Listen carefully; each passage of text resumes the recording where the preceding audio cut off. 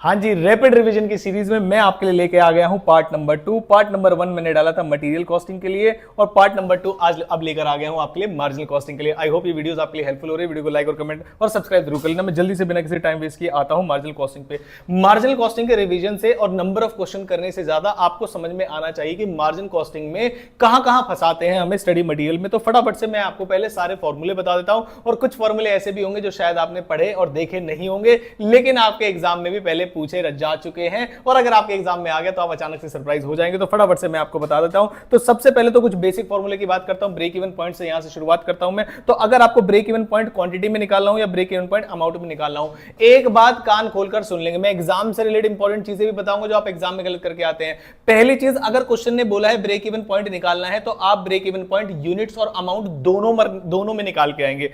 फिर दूसरी चीज, अगर मान लीजिए पॉसिबल नहीं है किसी एक में निकालना तो फिर किसी दूसरे में ही निकाल के आएंगे। ब्रेक इवन पॉइंट जब भी निकालना होता है तो दो चीजें होती है, या तो क्वांटिटी में निकालना है या अमाउंट में निकालना है। तो अगर कभी भी चाहे ब्रेक इवन पॉइंट हो, चाहे डिजायर्ड सेल्स हो या कुछ भी हो, अगर आपको कोई चीज क्वांटिटी यानी यूनिट्स में निकालनी है तो हमेशा आप डिवाइड करेंगे कंट्रीब्यूशन पर यूनिट से। अब आपका एग्जाम है तो मैं ऐसा उम्मीद करूंगा कि आपको कंट्रीब्यूशन पर यूनिट क्या होता है ये पता होगा। तो ब्रेक इवन पॉइंट निकालने के लिए आपका जो फॉर्मूला बना वो है fix cost divide by contribution per unit. और दूसरी चीज आपका आता है पीवी रेशियो। तो जब भी कोई चीज आपको वैल्यू में या अमाउंट में निकालनी है तो पीवी रेशियो होता है। अब कई सारे बच्चे ना इस कंट्रीब्यूशन और पीवी रेशियो में कंफ्यूज रहते हो। मैं आपको बिल्कुल क्लियर कट चीजें बताता हूं, देखो जरा ध्यान से।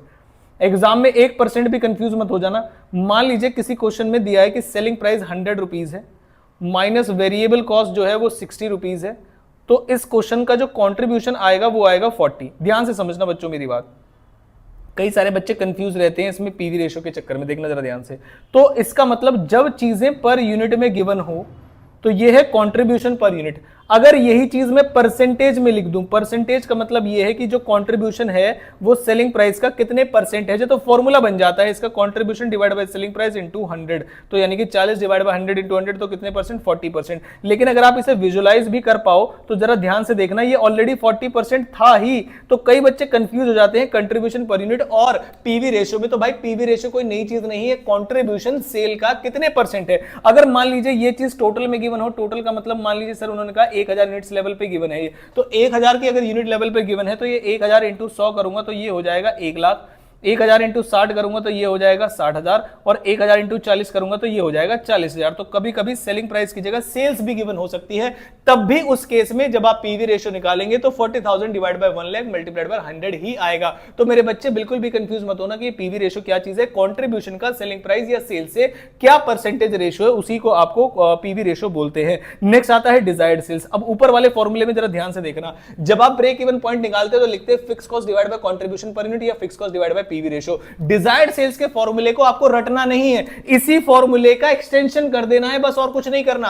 अगर आपको मान लीजिए क्वेश्चन ये कह रहा है कि डिजायर्ड सेल्स निकालो जिसमें मुझे प्रॉफिट चाहिए 40,000 रुपए का, तो ऊपर वाले क्वेश्चन का जो फॉर्मूला है इसी को प्लस 40,000, बस बात खत्म, प्लस 40,000 बस बात खत्म। इसका मतलब यह है कि जो बीईपी का फॉर्मूला था fix cost divide by contribution per unit, ऊपर ही अपनी डिजायर्ड प्रॉफिट को ऐड कर देना और फॉर्मूला यही रहने वाला है। इसका मतलब अगर डिजायर्ड सेल इन यूनिट्स निकालनी है, देखो कमाल की चीज, अगर डिजायर्ड सेल्स इन यूनिट्स निकालनी है तो फिक्स कॉस्ट में डिजायर्ड प्रॉफिट ऐड कर दो और divide by contribution per unit जैसा हमने ऊपर किया था। और अगर डिजायर्ड सेल्स आपको अमाउंट में निकालनी है तो कुछ नहीं करना, फिक्स कॉस्ट को प्लस करना है किससे, डिजायर्ड प्रॉफिट से, और डिवाइड कर देना है किससे, पीवी रेशियो से। ऊपर वाले फॉर्मूले का एक्सटेंशन है। और अगर लॉस भी पूछा जाए तब भी कोई दिक्कत नहीं है। यहां पर मान लीजिए 40,000 के लॉस पे आपसे पूछा गया कि कितने की सेल है, तो माइनस 40,000 रुपए कर देना आप, बस, और कोई भी दिक्कत वाली बात नहीं है। सेम फॉर्मूला रहने वाला है। Next sir margin of safety के बारे में बताओ। तो मार्जिन ऑफ सेफ्टी का मतलब होता है बीईपी से। जैसे फॉर एग्जांपल 1 लाख पे नो प्रॉफिट नो लॉस हो रहा है, 1 लाख की सेल पर कोई प्रॉफिट कोई लॉस नहीं हो रहा है,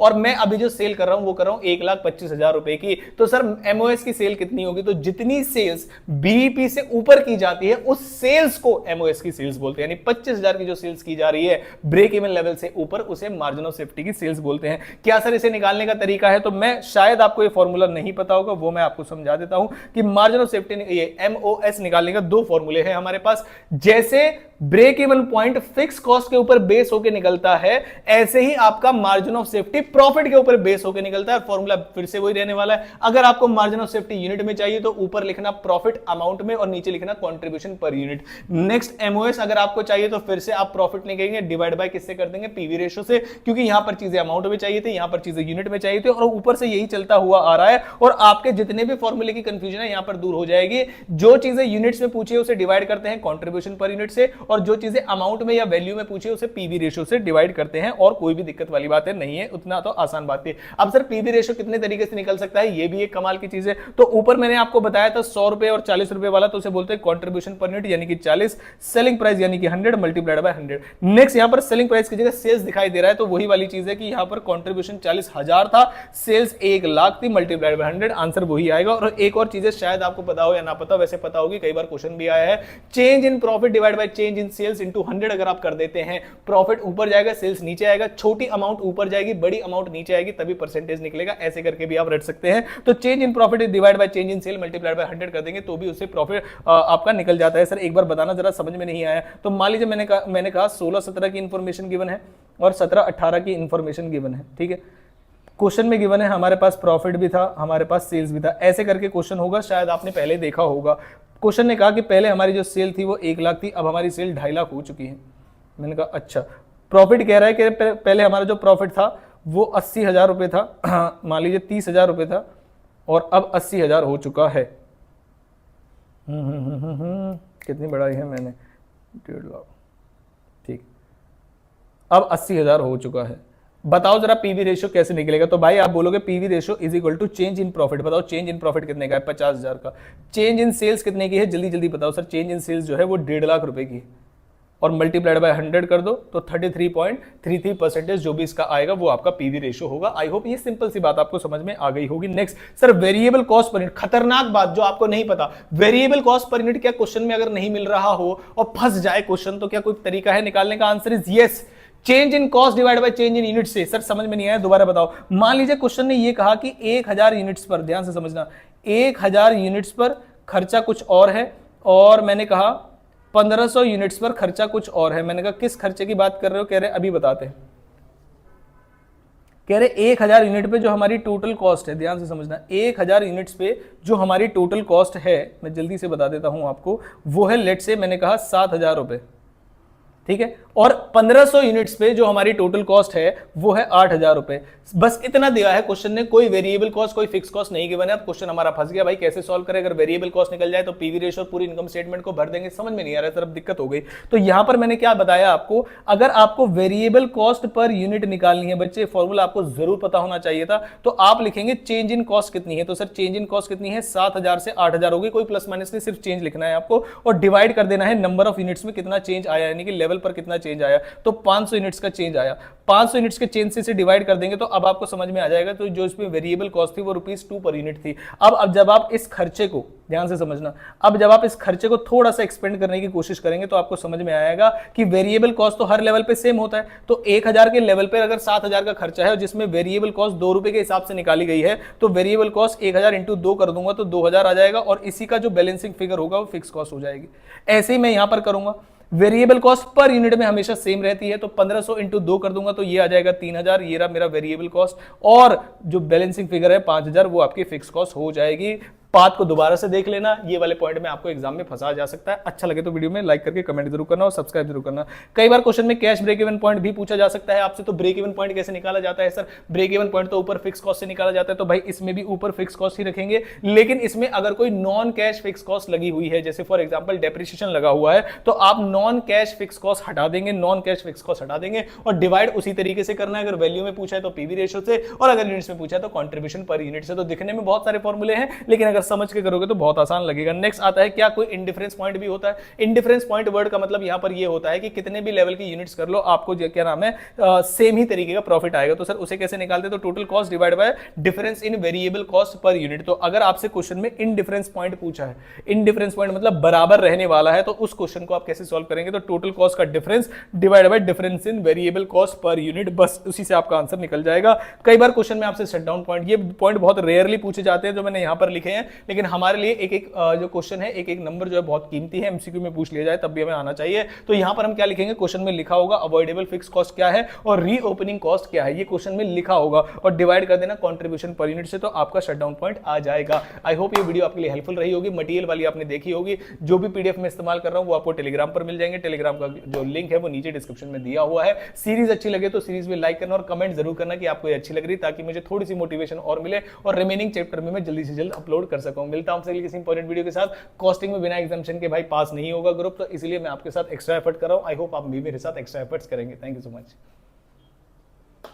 हाँ जी, तो स्टूडेंट्स की डिमांड पर जो रैपिड रिवीजन सीरीज मैंने शुरू की है उसमें काफी सारे बच्चों को जो प्रॉब्लम आती है वो आती है स्टैंडर्ड कॉस्टिंग में, और स्टैंडर्ड कॉस्टिंग के साइड में मैं लिख सकता हूँ 100% आएगा ही आएगा। तो बच्चों की डिमांड थी सर स्टैंडर्ड कॉस्टिंग अगर करा देते तो ज्यादा सही रहता। तो मैंने क्या सोचा है कि मैं स्टैंडर्ड कॉस्टिंग में तीनों वेरिएंसेस को अलग अलग पार्ट में आपको डिटेल में समझाऊंगा विद क्वेश्चन, कि कैसे आप एग्जाम में आए हुआ किसी भी लेवल का डिफिकल्टी लेवल का क्वेश्चन कम से कम समय में और विदाउट किसी डाउट और बिल्कुल एक्यूरेसी के साथ सॉल्व कर सकते हैं। तो अगला कोई और चैप्टर चाहिए हो तो मुझे प्लीज बता देना, मैं आता हूं अब स्टैंडर्ड कॉस्टिंग पे। अगर आपको ये सीरीज अच्छी लग रही है जो हमने रैपिड रिवीजन सीरीज शुरू की है, 2 से 3 चैप्टर लेक्चर में ऑलरेडी डाल चुका हूं, मटेरियल के, मार्जिन के, लेबर के। अब हम आए हैं स्टैंडर्ड कॉस्टिंग पे। अब मैंने सोचा है कि मैं अब डिफिकल्ट चैप्टर शुरू करूंगा, तो आप जरा वीडियो को लाइक और चैनल को सब्सक्राइब जरूर कर लेना। जो भी मैं चीजें यहां पर पढ़ा रहा हूं उसका जो पीडीएफ्स हैं वो आपको मिल जाएंगे टेलीग्राम ग्रुप पे, जिसका जो लिंक है वो नीचे डिस्क्रिप्शन बॉक्स में है। बिना किसी समय वेस्ट किए मैं आप शुरू कर देता हूं कि स्टैंडर्ड कॉस्टिंग जो है उसमें मटेरियल जो वेरिएंस है उसको वो कितने पार्ट में डिवाइडेड है। तो स्टैंडर्ड कॉस्टिंग के अंदर जो मटेरियल वेरिएंस है, जल्दी से मैं इधर आ जाता हूं। जी हाँ, तो पहले मैंने बताया स्टैंडर्ड कॉस्टिंग में जो पहला वाला वेरिएंस निकलता है मटेरियल वेरिएंस, उसके अंदर आते हैं single category of material. Single category of material word का मतलब यहां पर ये है कि यहां पर मल्टीपल लेवल के मटेरियल्स आप नहीं लगा रहे हैं, सिर्फ मटेरियल एक ही है, उसके वेरिएंसेस आपको कंप्यूट करने हैं। अब किसी भी क्वेश्चन को आप इस वाले फॉर्मूले में रख के देखिएगा, 110% करेक्ट आंसर आएगा। अब मैं एक बार इन टर्म्स को आपको इंट्रोड्यूस कर देता हूं। आप जब भी सिंगल टाइप का मटेरियल होगा तो आप 3 चीजें लिख के रख लेंगे, M1, M2, M3। जब मल्टीपल टाइप का होगा तो उसमें 4 बनते हैं। M1 में आप हमेशा लिखेंगे सेलिंग प्राइस और मल्टीप्लाइड बाय SQAO, जिसमें बार बार बच्चे गलती करते हैं, इसे मैं बताऊंगा आपको सिंपल तरीके से। नेक्स्ट है आपका selling price multiplied by AQ, और नेक्स्ट है आपका AP multiplied by AQ, actual price multiplied by actual quantity of raw material not finish goods. ये भी चीज जरूर ध्यान रखना आप। अब आते हैं सर एक क्वेश्चन से, जब आप फर्स्ट से इस पे इधर जाएंगे M1 माइनस M2 करेंगे तो आ जाएगा आपका यूसेज वेरिएंस। जब आप M2 माइनस M3 करेंगे तो आ जाएगा आपका प्राइस वेरिएंस, और जब M1 माइनस M3 करेंगे तो आ जाएगा आपका कॉस्ट वेरिएंस। अब इसको कैसे कंप्यूट करते हैं, एक क्वेश्चन की मदद से मैं आपको समझाता हूं। मान लीजिए एग्जांपल दिया है क्वेश्चन में कि स्टैंडर्ड आउट इनपुट जो है वो 10,000 kg की है, स्टैंडर्ड कॉस्ट जो है वो 1.5 लाख रुपए लगती है। इसके अंदर 2 units can be manufactured from 1 kg of raw material, from 4 kg of raw material, और एक्चुअल आउटपुट मुझे गिवन है, एक्चुअल मटेरियल कंज्यूम्ड गिवन है, एक्चुअल मटेरियल कॉस्ट गिवन है। अब जरा ध्यान से देखना, एक्चुअल मटेरियल कंज्यूम्ड है 13,000 kg और एक्चुअल मटेरियल कॉस्ट है, तो 1,60,000 को डायरेक्टली मैं इधर लिख सकता हूं 1,60,000 M3 में। अब आते हैं सर आपको भरना था ये स्टैंडर्ड प्राइस कितना है। मैंने कहा स्टैंडर्ड प्राइस अभी बता देता हूं, स्टैंडर्ड इनपुट लगेगी 10,000 kg 1.5 लाख रुपए में, तो कितना लगता है आपको 15 रुपए। तो स्टैंडर्ड प्राइस में है, यहां पर मैंने 15 रुपए लिख दिया और यहां पर भी मैंने 15 रुपए लिख दिया। अब मुझे लिखना है एक्चुअल क्वांटिटी। क्या एक्चुअल क्वांटिटी क्वेश्चन में गिवन है? यस, ये मैंने लिख दिया यहां पर 13,000 kg और यहां पर भी मैंने लिख दिया 13,000 kg। यहां तक कोई कंपटीशन शामिल नहीं थे, इसलिए मैं थोड़ा सा जल्दी बता रहा हूं, लेकिन अब आ जाता हूं मैं बिल्कुल स्लो हो जाता हूं एकदम से और आपको बताता हूं SQAO कैसे निकलेगा। तो SQAO निकालने का एक फॉर्मूला होता है और फॉर्मूला ये है, जरा ध्यान से सुनना। स्टैंडर्ड क्वांटिटी SQAO का मतलब होता है standard quantity for actual output. इसका मतलब ये है कि अगर आपको एक्चुअल आउटपुट इतनी ही बनानी थी तो उसके हिसाब से क्वांटिटी का क्या स्टैंडर्ड होना चाहिए था। तो आपने जो एक्चुअल क्वांटिटी बनाई है, एक्चुअल आउटपुट जो बनाई है, ध्यान से रखना ये एक्चुअल आउटपुट की बात की जा रही है। तो एक्चुअल आउटपुट क्वेश्चन में गिवन है 5,500 यूनिट्स, तो 5,500 यूनिट्स को मैंने यहां पर लिख दिया, multiplied by budgeted input divide by budgeted output. इस फॉर्मूले को ध्यान रखना। बजटेड इनपुट का मतलब यह है कि कितनी इनपुट लगाने का आपने सोचा था, और बजटेड आउटपुट का मतलब यह होता है कि आपने कितना आउटपुट उसमें बनाने का सोचा था। आपने कोई प्री प्लान स्टैंडर्ड सोचा था क्या? तो इस क्वेश्चन में क्या वो स्टैंडर्ड गिवन है? Answer is yes. 2 units can be produced from 4 kg. तो what is the input? What is budgeted input? Is it 2 units? Answer is no. 2 units produce होंगे तो ये है आउटपुट, और बजटेड इनपुट क्या है? 4 kg। ये किसी भी रेशियो में गिवन हो, चाहे 1 kg में 50 यूनिट्स निकल जाते हैं, या 50 kg में 1 यूनिट निकलता है, या 100 kg के लिए दिया है, 10 यूनिट्स के लिए दिया है, किसी भी लेवल पर गिवन हो आपको यही फॉर्मूला लगाना है, budgeted input divided by budgeted output. देखो जरा ध्यान से, तो बजटेड इनपुट है मेरा 4 kg और बजटेड आउटपुट है मेरी 2 यूनिट्स। देखो ये आउटपुट है, रटने वाले बच्चे सुन ले, यूनिट्स वाले, ये आउटपुट यूनिट्स में है और ये आपका यूनिट्स में है, तो यूनिट्स यूनिट्स कर जाएंगे। हालांकि ऐसा केजी में भी कई बार आउटपुट आ जाता है। तो अब बजटेड इनपुट थी 4 केजी और बजटेड आउटपुट था 2 यूनिट, तो 4 केजी में 2 यूनिट बन जाती है। तो बताओ जरा 5500 यूनिट्स बनाने के लिए कितने केजी चाहिए? तो जब मल्टीप्लाई कर देंगे तो आ जाएगा 11000। फिर से फॉर्मूला दोबारा से रिपीट कर दो, एक्चुअल आउटपुट लिख लेना, बजटेड इनपुट लिख लेना, बजटेड आउटपुट लिख लेना, बस बात खत्म होगी, आपका जो है SQAO आ जाएगा। तो इसके हिसाब से 11000 केजी रॉ मटेरियल लगना चाहिए था, जबकि तुमने 13000 केजी रॉ मटेरियल लगा दिया है। तो यूसेज आपने ज्यादा कर दिया है, तो इसलिए आपका नेगेटिव वेरिएंस आएगा। तो 11000 केजी मैंने यहां पर लिख दिया और मल्टीप्लाइड बाय 15। अब जरा ध्यान से देखिएगा,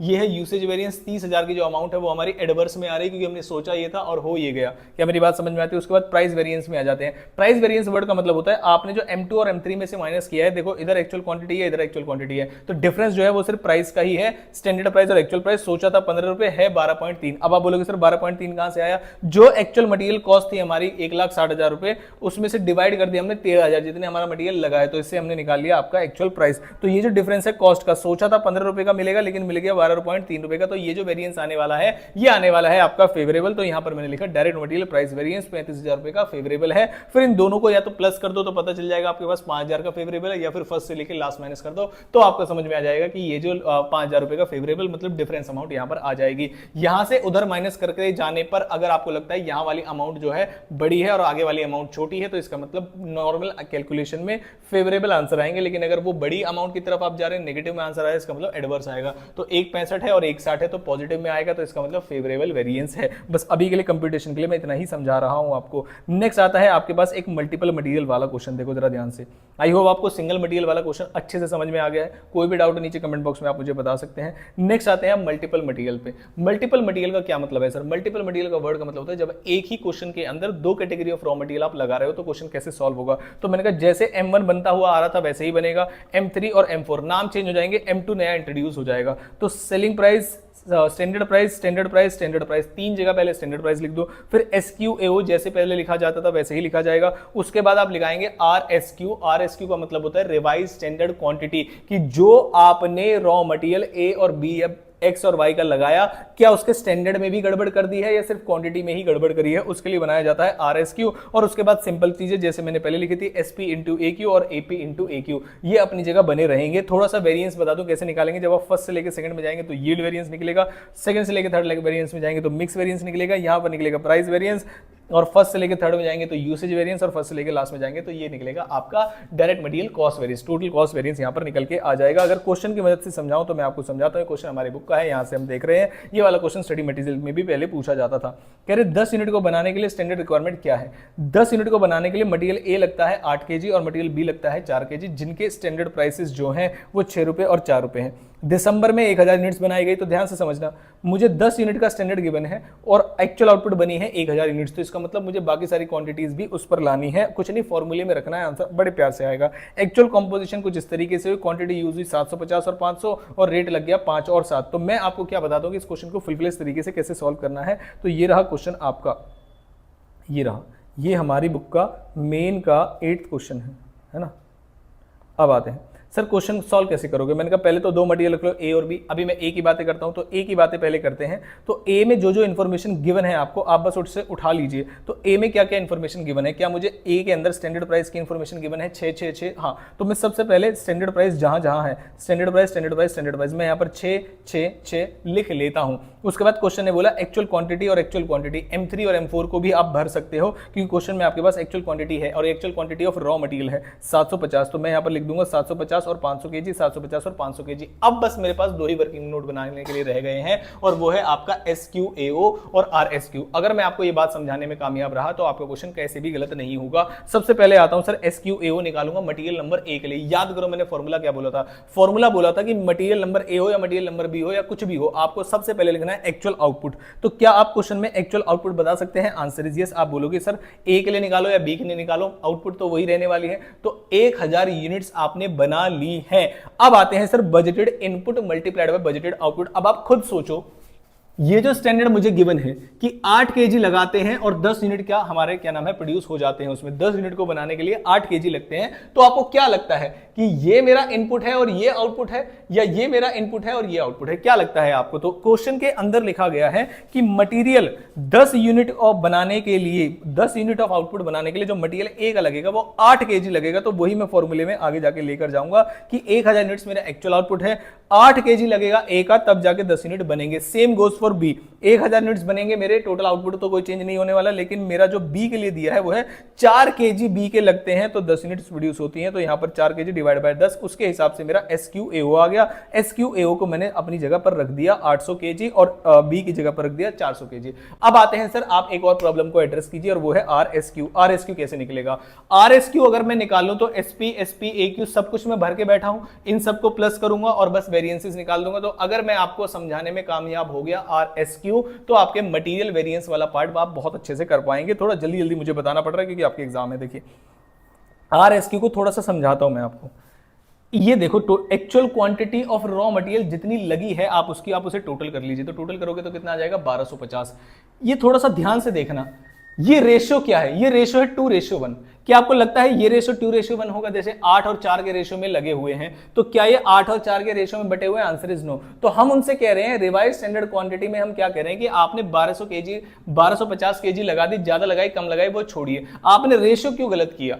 रेशियो गलत नहीं करना चाहिए था। 2:1 का मतलब इसे 1000 और 500 लगा दे तो वो इस रेशियो के बराबर होता। आई होप आप रेशियो वाली बात मेरी समझ रहे हैं। तो हमने कहा 1250, बस तो अपने अंदर क्या सुधार करना है आपको? बस रेशियो का सुधार करना है। तो मैंने कहा 1250 यूनिट्स को मैं टोटल कर देता हूं, 1250 यूनिट्स, और सेम रेशियो में बांट देता हूं, 8 डिवाइड बाय 12 और 4 डिवाइड बाय 12, उसका हिस्सा निकालने के लिए। मतलब 8 डिवाइड बाय 12 मतलब 8 डिवाइडेड बाय 12, ये इसका रेशियो आ जाएगा, और 4 डिवाइड बाय 12 ये इसका रेशियो आ जाएगा। और 1250 कहां से है? जो टोटल 1250 है इस रेशियो में हमने बांट दिया है। आप किसी दूसरे रेशियो मतलब दूसरे तरीके से भी इसे कर सकते हैं। तो जब हमने इसे बांटा तो ये आ गया 833 और 417। यहां पर जब आपकी अमाउंट आ जाएगी तो आपने 833 केजी और 417 केजी यहां पर लिख दिया है। जब आप इन्हें टोटल कर लेंगे तो ये आ जाएगा M1, M2, M3, M4, और किसे माइनस करके क्या निकलता है ये मैंने आपको जस्ट अभी समझाया है। पहले से माइनस करोगे तो यूसेज निकलेगा, दूसरा वाला मिक्स निकलेगा, तीसरा वाला प्राइस निकलेगा, सभी को ऐड कर दोगे तो कॉस्ट निकल जाएगा, और M1 माइनस M3 करोगे तो यूसेज वेरिएंस आपका आ जाएगा। अब कई बार क्वेश्चन में क्या कहता है आपसे कि सर क्वेश्चन में कई बार होता है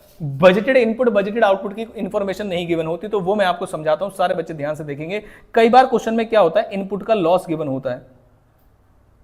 इनपुट लॉस दे दिया 30%, या स्टैंडर्ड लॉस दे दिया आपको 30%, या नॉर्मल लॉस दे दिया आपको 30% या 20% या कुछ भी। तो उस केस में क्या होता है? तो उस केस में आप एक्चुअल आउटपुट निकला मल्टीप्लाइड बाय बजटेड इनपुट में निकला 100 और बजटेड आउटपुट में निकला आप 70, क्योंकि बाकी का तो लॉस हो जाता है। तो केजी वेजी नहीं गिवन होंगी आपको, और यहां पर परसेंटेज का इस्तेमाल मत करना, वहां पर केजी नहीं गिवन होगी। कई बार क्वेश्चन में आपने देखा होगा परसेंटेज की तरीके से दे देते हैं कि 10% का लॉस है, 20% का लॉस है, 30% का लॉस है। तो उनका कहने का मतलब यह है कि आप बजटेड इनपुट लगाओगे 100 तो 30% का लॉस हो जाने के बाद वो 70 के अंदर आ जाएंगे। और ये परसेंटेज वाली चीज तभी गिवन होगी, ध्यान रखना, जब आपका इनपुट और आउटपुट, ध्यान से समझ लें मेरी बात को, जब आपका इनपुट और आउटपुट बोथ जो है वो सेम यूनिट में होंगे। सेम यूनिट वर्ड का मतलब क्या होता है? केजी है तो दोनों ही केजी में होंगे, बोथ सेम यूनिट। लीटर है तो दोनों ही लीटर में होंगे। इस तरीके से बातें यहां पर करके चलेंगी। अगर आपको मटेरियल वेरिएंस वाला पार्ट अच्छे से समझ में आया होगा तो पहले मुझे कमेंट करके बताना कि समझ में आया, और अगर आप बोलोगे तो ऐसे ही लेबर वेरिएंस वाला पार्ट आपको समझाऊंगा,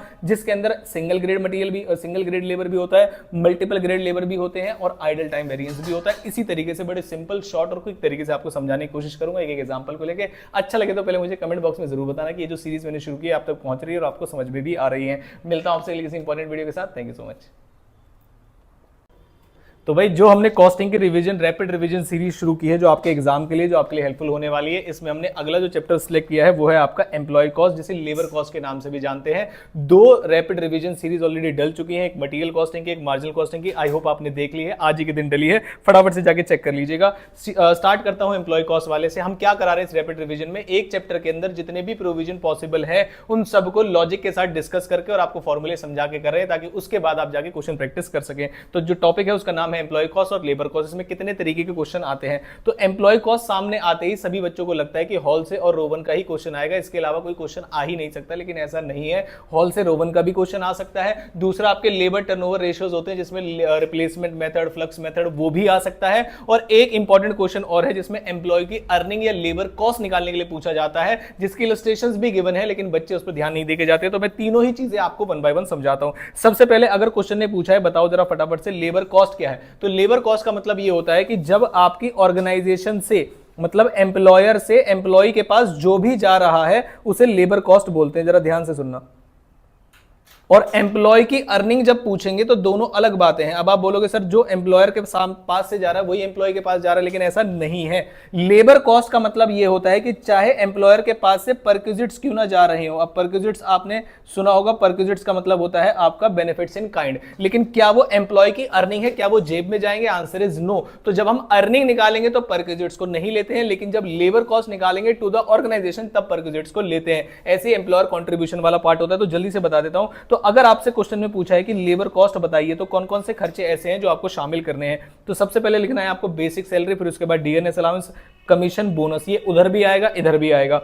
ओवर टाइम, परक्विजिट्स और एम्प्लॉयर कंट्रीब्यूशन। जरा ध्यान से समझना, एम्प्लॉयर कंट्रीब्यूशन कहां कहां आ सकता है? प्रोविडेंट फंड में और ईएसआई में। जब आप टोटल लेबर कॉस्ट निकालेंगे तो नॉर्मल आवर्स से माइनस कर देंगे तो आपका labour cost, effective labour cost per hour आ जाएगा। अब नॉर्मल आवर्स का मतलब क्या होता है? जो जितने भी टोटल वर्किंग आवर्स है, फॉर एग्जांपल एक दिन में 8 घंटे काम होता है, लेकिन नॉर्मल आइडल टाइम और हॉलीडे आप हटा देते, 30 दिन में 8 घंटे काम होना चाहिए, तो 30 इंटू 8 करेंगे तो 240 हो जाएगा। उसमें से कितने दिन मशीन या कितने घंटे मशीन खाली रही किसी भी रीजन की वजह से, वो माइनस कर देते हैं, और कोई हॉलीडे है तो वो माइनस कर देते हैं, तो आपके नॉर्मल आवर्स आ जाते हैं, जिससे डिवाइड करके आपके ऑर्डिनरी वेज रेट आप इस तरीके से निकाल सकते हैं। लेकिन जब आप अर्निंग और नेट पेमेंट की बात करेंगे जो कि एम्प्लॉय के हाथ में जा रही है, तो उस केस में डीए, अलाउंस, कमीशन, ओवरटाइम सब आएगा। लेकिन मैंने यहां पर दो चीजें काट दी हैं, देख लीजिए जरा फटाफट से। परक्विजिट्स नहीं आएगा और बेनिफिट इन काइंड नहीं आएंगे, और एम्प्लॉयर का कंट्रीब्यूशन यहां पर कुछ भी नहीं आएगा। और जब आपका ग्रॉस पे हो जाएगा तो एम्प्लॉय के बिहाफ पे जो भी एम्प्लॉयर काटता है, जैसे कि एम्प्लॉयर का कंट्रीब्यूशन क्या है, टैक्सेस जो टीडीएस डिडक्ट कर रखे हैं एम्प्लॉयर ने एम्प्लॉय के बेसिस पर,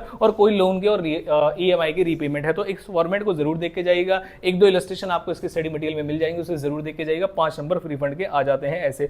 नेक्स्ट आता है आपका रिप्लेसमेंट मेथड, जो हमारे होते हैं टर्नओवर रेशियोज, इसे बोलते हैं लेबर टर्नओवर रेशियोज। इसमें छोटे छोटे पॉइंट्स में आपको कंफ्यूजन आ सकती है, मैं हर एक पॉइंट को ध्यान से दिखाता हुआ चलूंगा आपको। पहला जो मेथड होता है वो होता है replacement method. Replacement method word का मतलब होता है, मान लीजिए मेरे यहाँ पर 1000 वर्कर्स हैं, जिसमें से 40 वर्कर्स मैंने निकाल दिए और उनकी जगह 40 ही लेकर आया हूं, इसे बोलते हैं रिप्लेस्ड। तो इसका मतलब जब आप इस तरीके से लेबर टर्नओवर निकालेंगे तो देखेंगे कि ऑन एन एवरेज आपके पास पूरे साल में कितने नंबर ऑफ लेबर्स रहते हैं। उसे निकालने का तरीका क्या है? ओपनिंग में लेबर कितने थे, क्लोजिंग में लेबर कितने थे, प्लस कर दीजिए, डिवाइड बाय 2 कर दीजिए, तो वो आपका और on an average number of workers आपको ड्यूरिंग द पेरोल मिल जाएंगे। उसके बाद ऊपर आएगा नंबर ऑफ एम्प्लॉयज रिप्लेस्ड। तो रिप्लेसमेंट मेथड में ऊपर आता है नंबर ऑफ एम्प्लॉयज रिप्लेस्ड। दूसरा आता है सेपरेशन मेथड। एक होता है रिप्लेस्ड, एक होता है सेपरेशन। सेपरेशन का मतलब समझाता हूं मैं आपको। मेरी ऑर्गेनाइजेशन में 1000 वर्कर्स है, 40 वर्कर्स को मैंने निकाला ताकि बाकी 40 न्यू ला सकूं, और मैंने और 30 वर्कर्स को निकाल दिया क्योंकि मेरे यहां ओवर स्टाफिंग वाली प्रॉब्लम आ गई थी। तो टोटल मैंने 70 वर्कर्स निकाल दिए।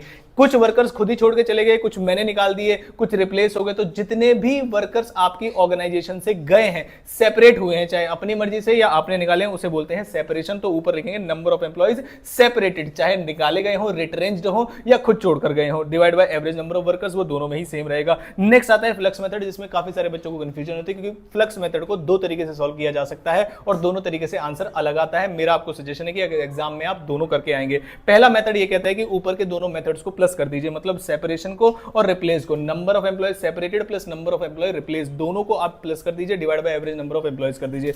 या फिर दूसरा तरीका यह है कि आप नंबर ऑफ सेपरेशंस ले आइए और नंबर ऑफ एक्सेशंस ले आइए। एक्सेशंस वर्ड का मतलब यहां पर ये होता है कि जो निकाले गए थे उनके बदले में लाए हो या एक्सपेंशन प्रोग्राम के तहत लाए हो। टोटल जितने भी लोग आए हैं, टोटल जितने भी लोग गए हैं किसी भी रीजन की वजह से, और टोटल कितने भी लोग आए हैं किसी भी रीजन की वजह से, ऊपर का फॉर्मूला आप इस तरीके से भी बना सकते हैं और divide by average number of employees रख देंगे, तो आपके तीनों लेबर टर्नओवर रेशियोज यहां पर निकल के आ जाएंगे। नेक्स्ट आता है piece rate versus time rate, जिसमें काफी सारे बच्चे कंफ्यूज हो सकते हैं। एक एग्जांपल से आपको समझाता हूं। फॉर एग्जांपल जैसे मान लीजिए क्वेश्चन ने लिखा है कि आपको 1 यूनिट बनाने के, ध्यान से समझना, पीस रेट कई बार गिवन होता है जिससे आपको टाइम रेट निकालना पड़ सकता है। पता चले हॉल से और रोवन का क्वेश्चन सॉल्व ही नहीं हो पाया। 1 यूनिट को बनाने के लिए राम को अलाउ किए जाते हैं, 1 यूनिट को बनाने के राम को मिलते हैं 10 रुपए। 1 यूनिट को बनाने के राम को मिलते हैं 10 रुपए, जरा ध्यान से समझना। और 1 यूनिट को बनाने के लगते हैं 5 घंटे, एक यूनिट को बनाने में लगते हैं 5 घंटे। तो ये हमारे पास जो इंफॉर्मेशन गिवन है ये है पीस रेट, एक यूनिट को बनाने के कितने पैसे मिलते हैं। अब इस पीस रेट को अगर मैं टाइम वेज या टाइम रेट में कन्वर्ट करना चाहूं तो इसका मतलब मैं ये कह सकता हूं कि एक यूनिट को बनाने के जब 10 रुपए मिलते हैं तो यानी कि 10 रुपए मिलते हैं 5 घंटे काम करने के। 10 रुपए इज इक्वल टू 5 आवर्स की लेबर। और अगर मुझे 1 घंटे का लेबर आवर चाहिए तो 10 रुपए डिवाइड बाई 5 अगर कर दूंगा मैं तो मेरे पास 2 रुपए पर आवर आ जाएगा और ये आपकी टाइम वेज बन जाएगी। और अब आप क्वेश्चन को आगे सॉल्व कर पाएंगे। कई बार क्वेश्चन में ऐसे कन्वर्जन के लिए दिया जा सकता है, अगर कन्वर्जन नहीं आता हुआ तो आप प्रॉब्लम वाली सिचुएशन में आ सकते हैं। नेक्स्ट सबसे इंपॉर्टेंट पार्ट आपको कौन सा वाला, होलसे वाला। होलसे के अंदर आपको निकालनी पड़ती है टोटल वेजेस। तो दो ही चीजें आती हैं उसके अंदर, basic wages plus bonus. Basic wages का सिंपल फॉर्मूला है एक्चुअल आवर्स जितना काम किया गया multiplied by time wage rate, जो भी क्वेश्चन में गिवन होगा। बोनस यहां पर क्या करते हैं जरा ध्यान से समझिए, एक एग्जांपल से आपको समझाता हूं। मान लीजिए क्वेश्चन ने कहा कि मेरे पास स्टैंडर्ड आवर्स हैं, स्टैंडर्ड आवर्स हैं फॉर एग्जांपल 100 आवर्स, और वर्कर ने काम कर दिया एक्चुअल आवर्स मान लीजिए 70 आवर्स। तो उसने आपका टाइम सेव कर दिया। टाइम सेव जो यहां पर हुआ वो हुआ 30 घंटे। और 1 घंटे के मान लीजिए मैंने कहा 1 आवर की जो वेज पेमेंट है वो है फॉर एग्जाम्पल मैंने कहा 10 रुपए। तो अब इस क्वेश्चन को कैसे सॉल्व करेंगे, तो अगर आप बेसिक वेजेस की बात करेंगे तो उसने कितने घंटे काम किया, 70 घंटे काम किया, और 10 रुपए के हिसाब से उसे 700 रुपए मिल जाने चाहिए। फिर आते हैं बोनस में। बोनस में क्या करना है आपको, जितने घंटे उसने काम नहीं किया, कितने घंटे काम नहीं किया, बचा लिए उसने 30 घंटे, उसकी कितनी वेजेस बनती है 10 रुपए के हिसाब से 300 रुपए बनते हैं, उसके आधे पैसे दे देना उसको, यानी कि 150 रुपीज दे देना। तो यहां पर जो टोटल अर्निंग हो जाएगी वो 850 हो जाएगी। डिवाइड किससे करना है सर, एक्चुअल आवर्स से, जितने घंटे उसने काम किया। और कितने घंटे काम किया, 70 आवर्स। तो 850 डिवाइड बाय 70 आवर्स अगर आप कर देंगे तो इफेक्टिवली आवरली वेज रेट आ जाएगा होलसे के अंदर। ये फॉर्मूला है और इस तरीके से एप्लीकेबल किया जाता है। यही केस अगर सेम में रोवन के अंदर कर दूं तो सर क्या आएगा, तो बेसिक वेजेस में कोई चेंज नहीं आएगा, वो 700 ही रहने वाली है, क्योंकि 70 घंटे आपने काम किया है 10 रुपए के हिसाब से। लेकिन यहां पर चीजें बदल जाती हैं। आपने कितना टाइम सेव किया सर, 30 घंटे, ठीक है। एक्चुअल आवर्स कितने थे सर, एक्चुअल आवर्स थे हमारे 70 घंटे। कितने घंटे की बात की जा रही है, 100 आवर्स की, मल्टीप्लाइड बाय वेज रेट कितना है, 10 रुपए। अगर मैं आपको सही तरीके से बताऊं तो ये कहते हैं कि आपने जितने परसेंटेज टाइम में काम खत्म किया है, तो यहां पर आपने 70% टाइम में काम को खत्म किया है अलॉटेड टाइम के, तो आपको जो वेजेस है, जो टाइम सेव्ड का 70% ही मिलेगा। इस तरीके से समझ के चला जाता है। तो कितना पैसा हो जाएगा, ये 300 का 70% हो गया 210। तो 700 रुपए आ गए ऊपर और 210 आ गए नीचे, तो यहां पर आ जाएंगे आपके पास 910 रुपए। और यहां पर फिर आप एक्चुअल आवर्स से डिवाइड कर देंगे, तो एक्चुअल आवर्स आपके पास 70 आवर्स डिवाइड करना। तो मुझे कमेंट बॉक्स में बताना कि आपका कितना आंसर आया। ये था होलसे और रोवन। लेबर कॉस्टिंग में एफिशिएंसी निकालने का भी आपसे पूछा जा सकता है, जिसमें आपको एफिशिएंसी देकर एक्चुअल आर या स्टैंडर्ड आर की इंफॉर्मेशन पूछ सकता है अगर क्वेश्चन घुमाएगा तो। एफिशिएंसी निकालने के दो फॉर्मूले होते हैं। अगर आप आउटपुट के बेस पे निकालेंगे तो फॉर्मूला होता है actual output divide by standard output, और अगर आप टाइम के बेस पे निकालना चाहते हैं तो होता है standard hours divide by actual hours into 100। मैं आपको ये फॉर्मूले इसलिए बता रहा हूं कि हो सकता है क्वेश्चन में आपसे एक्चुअल आर या स्टैंडर्ड आर ना दे और एफिशिएंसी दे दे, तो जो बच्चे खाली स्टडी मैट को रट के गए होंगे वो फंस जाएंगे। वहां पर एक्चुअल और स्टैंडर्ड आवर्स निकलेंगे तब जाके होलसे और रोवन का फॉर्मूला सॉल्व होगा। एक एग्जांपल से मैंने यहां पर इस चीज को समझाया, जरा ध्यान से देखिएगा। एज पर standard it takes 2 hours to produce 1 unit. एक यूनिट को बनाने में स्टैंडर्ड के हिसाब से कितने घंटे लगते हैं, 2 घंटे लगते हैं। राम ने 100 घंटे लगा के और श्याम ने 150 घंटे लगा के आउटपुट बनाई है 60 और 70। कैसे सॉल्व करेंगे, मैंने कहा राम वाला पार्ट मैं बता देता हूं, श्याम वाला पार्ट आप खुद से समझ लेना। इसमें ऑन टाइम बेसिस, कह रहे टाइम के बेसिस पे कैसे एफिशिएंसी निकलेगी, तो स्टैंडर्ड चला जाएगा ऊपर। स्टैंडर्ड कितना था, 120 घंटे। कैसे पता चला सर, जरा ध्यान से देखना। 100 घंटे हैं एक्चुअल टाइम उसने लिया है, और क्वेश्चन ने कहा था एक यूनिट को बनाने के 2 घंटे लगते हैं। तो क्वेश्चन उसने बनाए कितने, 60 यूनिट्स। तो 60 यूनिट्स ही बनानी थी और स्टैंडर्ड था 2 का, तो 120 घंटे लगने चाहिए थे और आपने लगाए 100 घंटे। इसका मतलब एफिशिएंट है। तो 120 घंटे जहां लगने चाहिए थे, स्टैंडर्ड चला गया ऊपर और आपने लगाए कितने हैं, 100 घंटे मल्टीप्लाइड बाय 100, तो एफिशिएंसी आ गई आपकी 120%। कई बार क्वेश्चन में क्या होगा, एफिशिएंसी आपको नहीं देगा तो आप क्या करेंगे पता है, उस समय पर 120 is equal to standard R divide by actual R and multiplied by 100 करेंगे। वहां पर आपको समझ में आ जाएगा कि कोई भी इंफॉर्मेशन, मान लीजिए एक्चुअल दिया है तो स्टैंडर्ड पूछ लेगा, स्टैंडर्ड दिया है तो एक्चुअल पूछ लेगा, इधर उधर करके आप आंसर निकाल पाएंगे। ये चीज मैं आपको यहां पर समझा रहा हूं।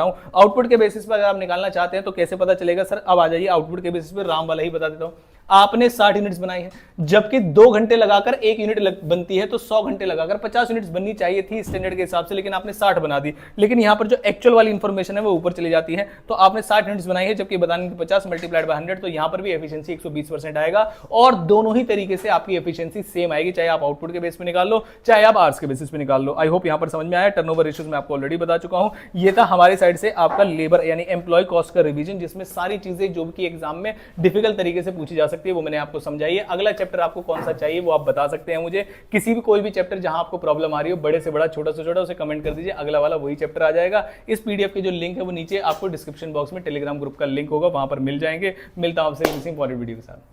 टॉपिक देखो जरा कौन सा है, टॉपिक देखो फटाफट से, inter process profit. Inter process profit का मतलब है कलेश। कलेश का मतलब यह है कि अगर आज तक आपके एग्जाम में आया नहीं है, लेकिन अगर आ गया, बुक में सदियों से दिया हुआ है लेकिन एग्जाम में कभी नहीं पूछा हुआ, सीएमए वालों के भी बुक में दिया हुआ है लेकिन एग्जाम में कभी नहीं पूछा हुआ, और जिस दिन एग्जाम में आ गया उस बार बच्चा कहेगा कि अगली बार पढ़ के आऊंगा। क्या मेरी बात समझ में आती है? इसलिए हम इस चैप्टर को पढ़ रहे हैं। आपकी किस्मत आपको पता होगी, जो अभी तक नहीं आया ऐसा ही कुछ करके एग्जाम में आपके आएगा। क्या मेरी बात समझ में आती है? हालांकि इसकी जो परसेंटेज है वो 0.0001% है, और इतनी ही आपकी किस्मत आपके फेवर में रहती है, तो इसलिए मैं इस कंसेप्ट को साथ में करा रहा हूँ।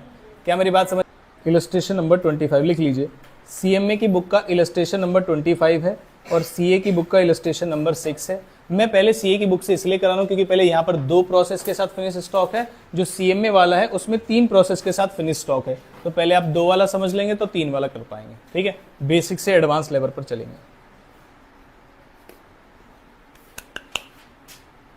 लिख लिया सभी ने? क्वेश्चन समझाओ, अब क्वेश्चन समझाओ। आप बस मुझे अगले 15 मिनट का अपना 200% फोकस दीजिए और मैं ये वाला टॉपिक आपको अच्छे से समझा दूंगा। ठीक है, और कोई डिस्कशन नहीं, कुछ नहीं। ठीक है, थोड़ा सा आप इधर हो जाओ, मुझे सिम्मी नहीं दिखाई दे रही, कोने पे हो जाओ। ठीक है सिम्मी, चलो क्वेश्चन पढ़ते हैं।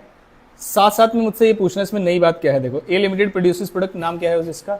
AXE, विच पासेस थ्रू कितनी processes? 2, before it is complete and transfer to finish stock, following data relates to the for the month of October. Question में क्या लिखा हुआ है? कितने का है? 7500 का। डायरेक्ट मटेरियल है 1500 के, वेजेस हैं हमारे पास 11200 के, फैक्ट्री ओवरहेड्स है 10,500 के, और क्या लिखा हुआ है? क्लोजिंग स्टॉक है। जब भी इंटर प्रोसेस प्रॉफिट का क्वेश्चन आएगा, ना तो आपको नॉर्मल लॉस से कोई लेना देना होना चाहिए, ना आपको कोई एबनॉर्मल लॉस से कोई लेना देना होना चाहिए, और ना ही आपको एबनॉर्मल गेन से कोई लेना देना होना चाहिए। फुल फोकस किस चीज़ पे होना चाहिए हमारा, और किस तरीके से हम क्वेश्चन को करते हैं? हम इस तरीके से क्वेश्चन को करते हैं, जो जो चीज़ें मुझे यूनिट्स में गिवन है उनका खर्चा क्या है, उस खर्चे, उस टोटल अमाउंट में क्या कॉस्ट और प्रॉफिट अलग अलग दी हुई है। इंटर प्रोसेस प्रॉफिट का मतलब ही ये होता है कि फॉर एग्जांपल मुझे कोई क्लोजिंग स्टॉक गिवन है, कहाँ गया? ये रहा क्लोजिंग स्टॉक। ये क्लोजिंग स्टॉक कितने का है? तो मुझे क्वेश्चन में बस ये फाइंड आउट करना है, इस क्लोजिंग स्टॉक में से कहीं 700 रुपये का प्रॉफिट तो नहीं है, और मैं 3000 कॉस्ट में तो ना दिखाऊं। बस इस चीज़ का झगड़ा है, नॉर्मल प्रोसेस कॉस्टिंग की तरह बिल्कुल भी नहीं है। बस ये देखना है कि जो भी मुझे अमाउंट्स गिवन है, जैसे तो फर्स्ट यूनिट थी, लेकिन क्या दूसरे में आपको क्लोजिंग स्टॉक दिखाई दिया? दूसरी प्रोसेस का क्लोजिंग स्टॉक कितना है? 45। हमें फाइंड आउट करना है कि इस 4500 में से कितने का कॉस्ट में जाएगा और कितने का प्रॉफिट में जाएगा। इसे बोलते हैं इंटर प्रोसेस प्रॉफिट को फाइंड आउट करना। क्या मेरी बातें समझ में आती है? अभी मैंने क्वेश्चन नहीं समझाया, हम करने क्या वाले हैं वो बताया कि एबनॉर्मल लॉस, अकाउंट गेन, ये सब छोड़ दीजिए दिमाग में। जो जो चीजें गिवन है वो लिखनी है, और उसमें से कॉस्ट का हिस्सा अलग करना है और प्रॉफिट का हिस्सा अलग करना है। क्या मेरी बातें समझ में आती है? मैंने कहा अभी तो मुझे कुछ समझाना नहीं, मुझे कौन सा प्रोसेस अकाउंट बनाना है पहले ये बताओ। ए, अभी मैं बताऊंगा इसमें कुछ भी चेंज कहां कहां तक नहीं है। सबसे पहले क्या है? कितने का ओपनिंग स्टॉक है? 7500 का। ध्यान रखना, जब भी कोई प्रोसेस 1 अकाउंट बनेगी, जब भी कोई प्रोसेस 1 अकाउंट बनेगी, तो उस प्रोसेस 1 अकाउंट के ना तो ओपनिंग स्टॉक में कोई इंटर प्रोसेस प्रॉफिट होगा और ना ही क्लोजिंग स्टॉक में। किसकी बात कर रहा हूं मैं? प्रोसेस 1। तो इसका मतलब प्रोसेस 1 अकाउंट नॉर्मल बनेगा। Process 1 account normal. नॉर्मल का मतलब क्या है? टू ओपनिंग स्टॉक कितने का है? ये यूनिट्स में गिवन है या अमाउंट में गिवन है? ये सब अमाउंट है, यूनिट्स होती नहीं है यहाँ पर। तो ये क्वेश्चन पहचानने का तरीका है। और दूसरा क्वेश्चन पहचानने का तरीका क्या है? Inter process profit included in opening stock. क्या ओपनिंग स्टॉक में प्रोसेस 1 के कोई इंटर प्रोसेस प्रॉफिट इंक्लूडेड है? नहीं। तो मैं 2 ओपनिंग स्टॉक लिखूंगा प्रोसेस 1 में, टोटल में भी वही जाएगा, कॉस्ट में भी वही जाएगा, प्रॉफिट में नील जाएगा। मेरी बातें समझ में आती है? ठीक। तो मैंने कहा पहली जो एंट्री मैंने लिखी, मैंने कहा ये जो टोटल है, ये जनरली बुक्स में कॉस्ट प्लस प्रॉफिट और सामने टोटल लिखा होता है, आप कैसे भी प्रेजेंट कर सकते हैं। क्वेश्चन ने कहा आपके पास 7500 का ओपनिंग स्टॉक है जिसमें कोई भी प्रॉफिट शामिल नहीं है। इसका कंक्लूजन मैंने ये निकाला कि 7500 कॉस्ट को ही रिप्रेजेंट कर रहा है। मेरी बात यहां तक समझ में? अभी मैंने कुछ किया नहीं। किसी खर्चे में कोई इंटर प्रोसेस प्रॉफिट हो सकता है क्या? नहीं। खर्चे मुझे एज इट इज लिखने हैं, तो मैंने कहा खर्चे बताओ। फिर प्रोसेस 1 में डायरेक्ट मटेरियल कितने का है जल्दी से बताओ? 15000 का। वेजेस कितने के हैं? 11200 के। फैक्ट्री ओवरहेड्स कितने के हैं? 10500 के। मैंने कहा एक बार नीचे कुछ चीजें पढ़वा देता हूं आपको। कह रहे out of the process 1 is transfer to process 2 25% profit on transfer price. क्या मतलब है इसका? मैंने कहा भाई जब तुम प्रोसेस 1 अकाउंट निकालोगे ना, उस प्रोसेस 1 अकाउंट में कॉस्ट निकाल लेना, फिर उसमें प्रॉफिट ऐड कर देना, तो क्या आ जाएगा? ट्रांसफर प्राइस या सेलिंग प्राइस जिसे हम बोलते हैं। ट्रांसफर प्राइस बोलूँ या सेलिंग प्राइस बोलूँ, ऐसे ही होता है। क्वेश्चन ने कहा आपके 25% जो प्रॉफिट है वो किसके ऊपर है? Transfer price. What is the meaning of transfer price? Sales. यानी सेल्स कितने को रिप्रेजेंट कर रही है? मैं बोलूंगा फिर आप पूरी कॉस्ट निकाल लेना, कॉस्ट को 75% से डिवाइड कर देना, तो आपका ट्रांसफर प्राइस आ जाएगा। क्या मेरी बातें समझ में आती है? क्या यही हम करते हुए आए हैं अभी तक? यस। तो मेजर जो मेरा फोकस है वो क्या निकालने पे है? कॉस्ट। आगे चलता हूं। कह रहे out of the process 2 is transfer to finish stock account, किस पे? 20% प्रॉफिट ऑन ट्रांसफर पे। तो प्रोसेस 2 की जो कॉस्ट आएगी, प्रोसेस 2 की जो कॉस्ट आएगी उसे किससे डिवाइड कर देंगे? 80% से, तो वो ट्रांसफर प्राइस निकल के आ जाएगा। क्या मेरी बात समझ में आती है? ठीक है। कह रहे stock in process is valued at, stock in process का मतलब क्या है? जो क्लोजिंग स्टॉक है उसे वैल्यू किया जाता है किस पे? Prime cost. क्या मतलब है इसका भी बताऊंगा आपको। कह रहे finish stock is valued at the price at which it is received from process 2 और सेल्स ड्यूरिंग द पीरियड कितनी है? 1,40,000। प्रिपेयर करना है आपको कॉस्ट अकाउंट। जब मैं एक क्वेश्चन पढ़ा दूं आपको तो भूल जाना ऐसा कोई क्वेश्चन आपने पढ़ा था, लेकिन मैं आपको हिंट दिलाऊंगा कि हाँ हमने पढ़ रखा है, बस नॉर्मल प्रोसेस से इसे जनरलाइज मत करना। अभी तक पेपर में आया नहीं, आने के चांसेस कम है, लेकिन मैं आपको स्टेप समझा रहा हूँ। अभी मैंने आपको क्या स्टेप समझाया बताओ जरा। आपको मैंने बस इतना बताया ओपनिंग स्टॉक लिख दो, यही तो बताया, और उसमें कोई प्रॉफिट नहीं है, और तो कुछ नहीं बताया अभी तक। स्टेप नंबर 2 मटेरियल लिख दो, उसमें भी कोई प्रॉफिट नहीं है। स्टेप नंबर 3 वेजेस लिख दो, उसमें भी कोई प्रॉफिट नहीं है। एक ओवरहेड्स और है मेरे पास, देखो कहां पर है, ये रहा ओवरहेड्स। क्या मेरी बात समझ में? लेकिन क्या ये मेरा प्राइम कॉस्ट बन पाएगा? नहीं। क्वेश्चन ने कुछ बोला था कि कुछ क्लोजिंग स्टॉक को मुझे वैल्यू करना है किस पे? प्राइम कॉस्ट पे। तो मैंने प्रोसेस के अंदर ही एक हिंट दे दिया, किस चीज का? कॉस्ट शीट का। देखो कॉस्ट शीट का हिंट दिख रहा है आपको। यहां तक मेरी प्राइम कॉस्ट आ गई है, यहां तक मेरी क्या आ गई है? Prime cost. अच्छा, अब मैंने क्या कहा? मैंने कहा और क्वेश्चन से पूछता हूं। क्वेश्चन ने बोला मेरे पास क्लोजिंग स्टॉक है। क्या क्वेश्चन ने मुझे क्लोजिंग स्टॉक दिया है? देखो जरा कितने का क्लोजिंग स्टॉक दिया है। और मैंने क्या समझाया था आपको? क्या प्रोसेस 1 में कभी भी इंटर प्रोसेस प्रॉफिट इंक्लूडेड होगा? प्रोसेस 1 में कभी नहीं। तो इसका मतलब ये जो 3700 है मुझे सीधा सीधा क्या करना है? माइनस। क्लोजिंग स्टॉक को या मैं यहां दिखाऊं, क्लोजिंग स्टॉक को मैं या तो यहां दिखाऊं या माइनस कर दूं। क्या दोनों का मतलब एक ही होता है? क्या दोनों का मतलब एक ही होता है? हाँ। तो मैंने यहां माइनस कर दिया क्या? Closing stock. फिर यहां ऐड कर दिया क्या? ओवरहेड्स। तो क्या टोटल कॉस्ट निकल के आ जाएगी? कितनी आई? अभी तक कोई प्रॉफिट का हिस्सा शामिल है? मैंने कहा प्रोसेस 1 ने क्या बोला था, कितने परसेंट पे ट्रांसफर करते हैं ये? 25% पे। अभी तक जो मैंने कॉस्ट निकाली उसमें कोई इंटर प्रोसेस प्रॉफिट का कुछ लेना देना है? नहीं। ये कॉस्ट आ गई है मेरी, ये क्या आ गई है मेरी? कॉस्ट। इस 40,500 को डिवाइड कर दो कितने से? 75% से। 54,000 ये मेरा ट्रांसफर प्राइस है। ये मेरा क्या है? Transfer price. और इसमें से माइनस कर दूंगा 40,500 को, तो क्या आ जाएगा? 13,500 का प्रॉफिट आ जाएगा। मैंने कहा भाई साहब बाय सेल्स में लिखूंगा 54,000 और 40,500 और प्रॉफिट आ जाएगा। ये यहां से लिखूंगा बाय सेल्स। क्या लिखूंगा? Bye sales. या सेल्स का मतलब या मैं बोल दूं ट्रांसफर टू, ट्रांसफर टू। बताओ मेरी बात समझ में आई या नहीं? और जब भी कोई इसमें सेल का अमाउंट लिखता हूं तो बैलेंसिंग फिगर से प्रॉफिट भी यहां दिखाता हूं। ये प्रॉफिट के हिस्से में चला जाएगा और ये प्रॉफिट में आ जाएगा टोटल में। अभी तक जो मैंने किया उसमें कोई दिक्कत आई? क्योंकि अभी तक मैंने इंटर प्रोसेस प्रॉफिट निकाला ही नहीं किसी अमाउंट से।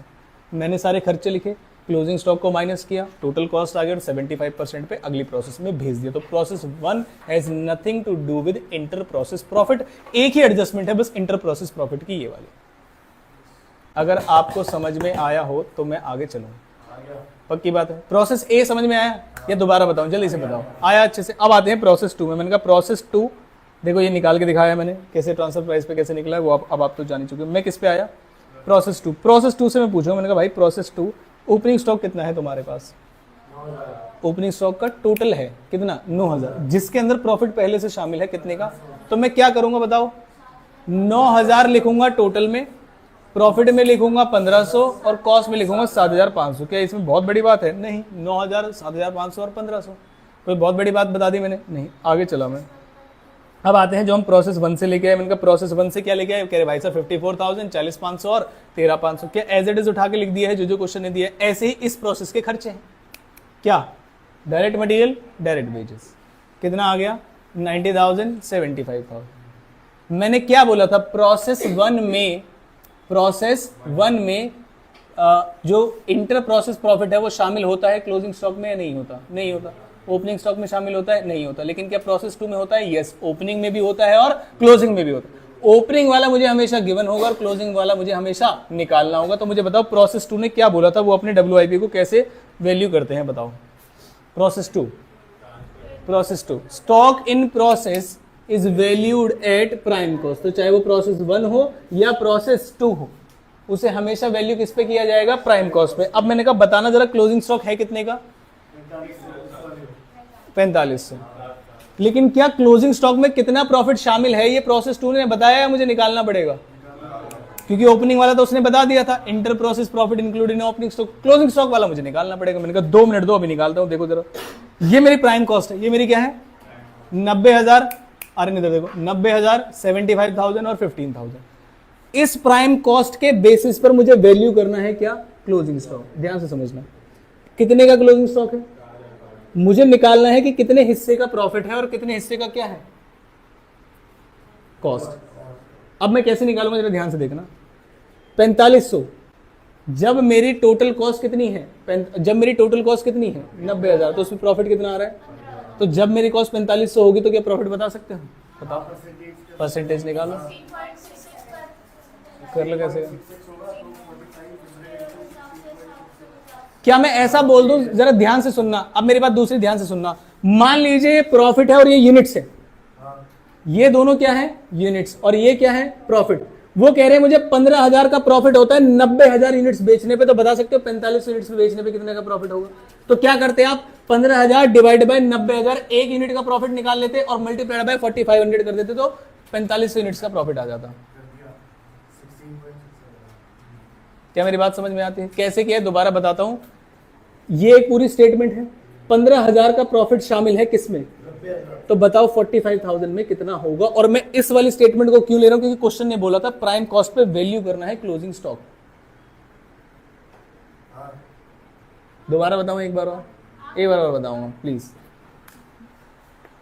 ये रहा, कह रहे क्लोजिंग स्टॉक जो प्रोसेस 2 में है वो कैसे निकाला। मैंने कहा भाई 15,000 का प्रॉफिट दिख रहा है किस पे, 15,000 का प्रॉफिट दिख रहा है किस पे, 90,000 पे। तो बताओ जरा 4500 पे कितना, कह रहे 750।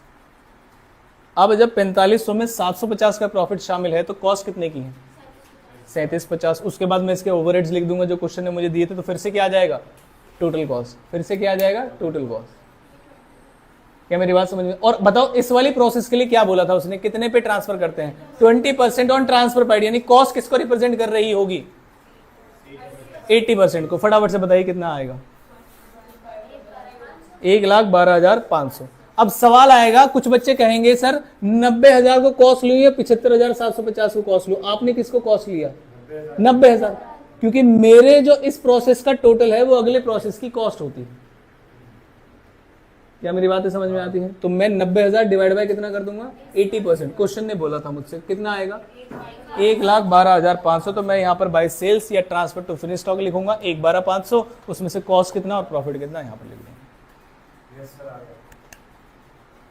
क्या समझ में आया, ये दो प्रोसेस बराबर बने हैं। अब अमाउंट कहाँ गया है, फिनिश स्टॉक में। अब अमाउंट कहाँ गया है, फिनिश स्टॉक में। मैंने कहा फिनिश स्टॉक तुम बताओ तुम्हारे पास ओपनिंग स्टॉक है क्या, कह रहा है हाँ 22,500। मैंने कहा यार ओपनिंग स्टॉक में जितना प्रॉफिट शामिल होता है वो तो मैं निकाल नहीं पाऊंगा। कह रहा क्यों निकालना, मैं दे दूंगा आपको। तो जब मैं फिनिश स्टॉक अकाउंट बनाऊंगा तो सबसे पहले एंट्री किसकी होगी, ओपनिंग स्टॉक की। कितने की, 22,500 की। और क्वेश्चन ने ही दिया था कि इसके अंदर शामिल है 8,250 का प्रॉफिट। तो 22,500 में 8,250 में प्रॉफिट में लिख दूंगा, बाकी किसमें जाएगा, कॉस्ट। फिर एक सामान आएगा मेरा कहां से, प्रोसेस 2 से।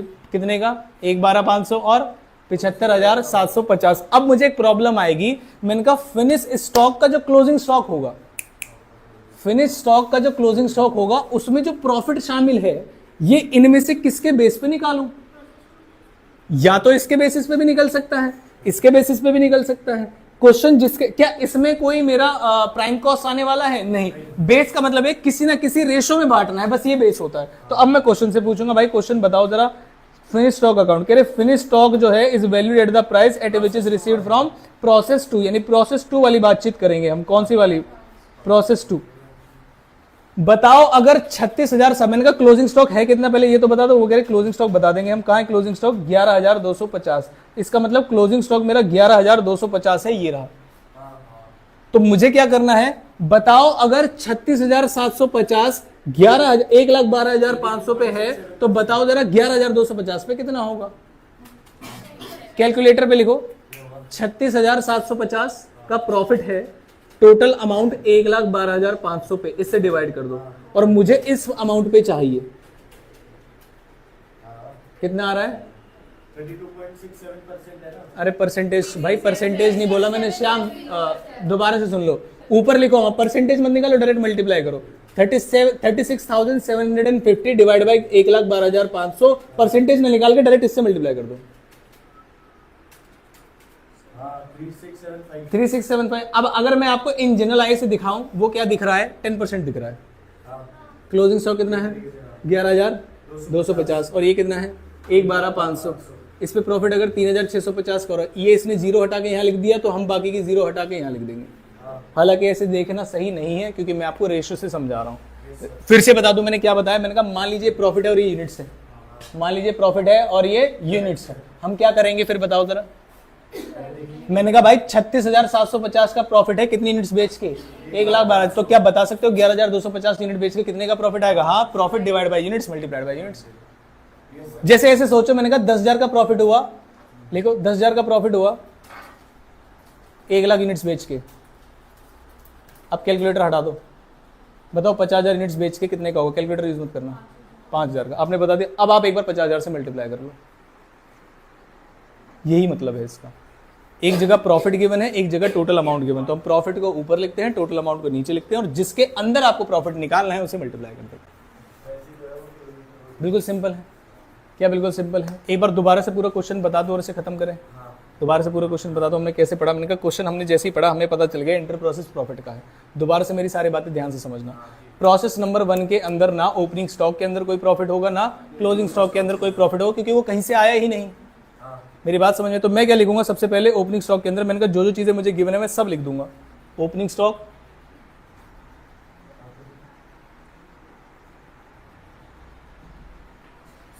ओपनिंग स्टॉक, मटेरियल, वेजेस, ये सब मिला के क्या हुआ? Prime cost. उसके बाद उसने कहा क्लोजिंग स्टॉक। मैंने प्राइम कॉस्ट इसलिए इसे ऐसे लिख के दिखाया क्योंकि अगले प्रोसेस में भी मैंने ऐसे ही दिखाया था उसको। हालांकि इस पे वैल्यूएशन मुझे करनी ही नहीं थी, सीधा सीधा माइनस कर दिया मैंने 37। क्यों?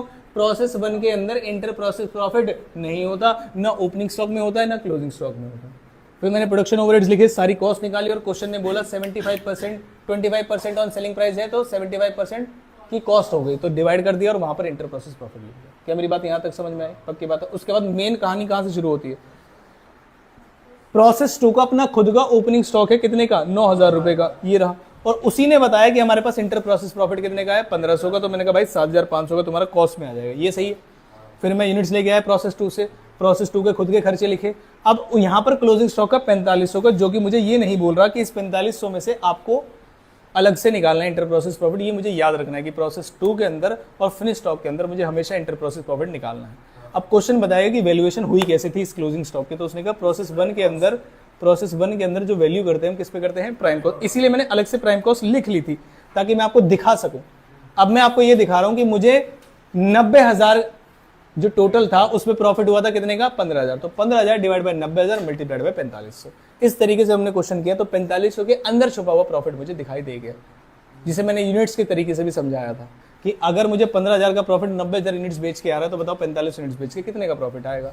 उसमें से मैं हटा दूंगा प्रॉफिट, तो बाकी क्या क्या बच जाएगा? कॉस्ट, प्रोडक्शन ओवरहेड्स लिखा और फिर इस बार 75% से डिवाइड किया और आगे भेज दिया।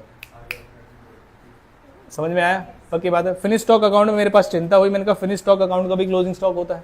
इस बार मैंने क्लोजिंग स्टॉक इधर दिखाया है, क्यों? क्योंकि मुझे इसमें उस समय वैल्यूएशन ऑफ क्लोजिंग वो सब नहीं करना था। इस बार मैंने क्लोजिंग स्टॉक इधर दिखाया। क्या मेरी बात समझ में आती है? अब मैं यहाँ घबराया, मैंने कहा प्राइम कॉस्ट तो है नहीं तो वैल्यू किस पे करूंगा, तो क्वेश्चन ने बोल दिया फिनिश स्टॉक के अंदर वैल्यू करना। इस वैल्यू करने का मतलब एक बेस देना है आपको और कुछ नहीं। एक सीएमए का क्वेश्चन है कि साथ में ट्राई करें और फिर आप पूरा घर से करके लाना, हम बस अमाउंट देखेंगे। देख लो, ये जो आया ना 1,40,000, क्वेश्चन में लिखा कि हमने इतने में बेच दिया, सेल वाले अमाउंट है भाई, हम तो टोटल में लिख दिया, बाकी जो बैलेंसिंग फिगर है वो प्रॉफिट बच जाएगा। बताऊं क्या? बताऊं? ठीक है, चलो भाई सीएमए वाले क्वेश्चन में आते हैं। मेरे पास कितनी प्रोसेस है? कितनी प्रोसेस है? 3। कौन कौन सी? प्रोसेस 1, 2 और 3 और फिनिश स्टॉक। प्रोसेस 1 मुझे एक चीज पता होगी, बताओ जरा क्या?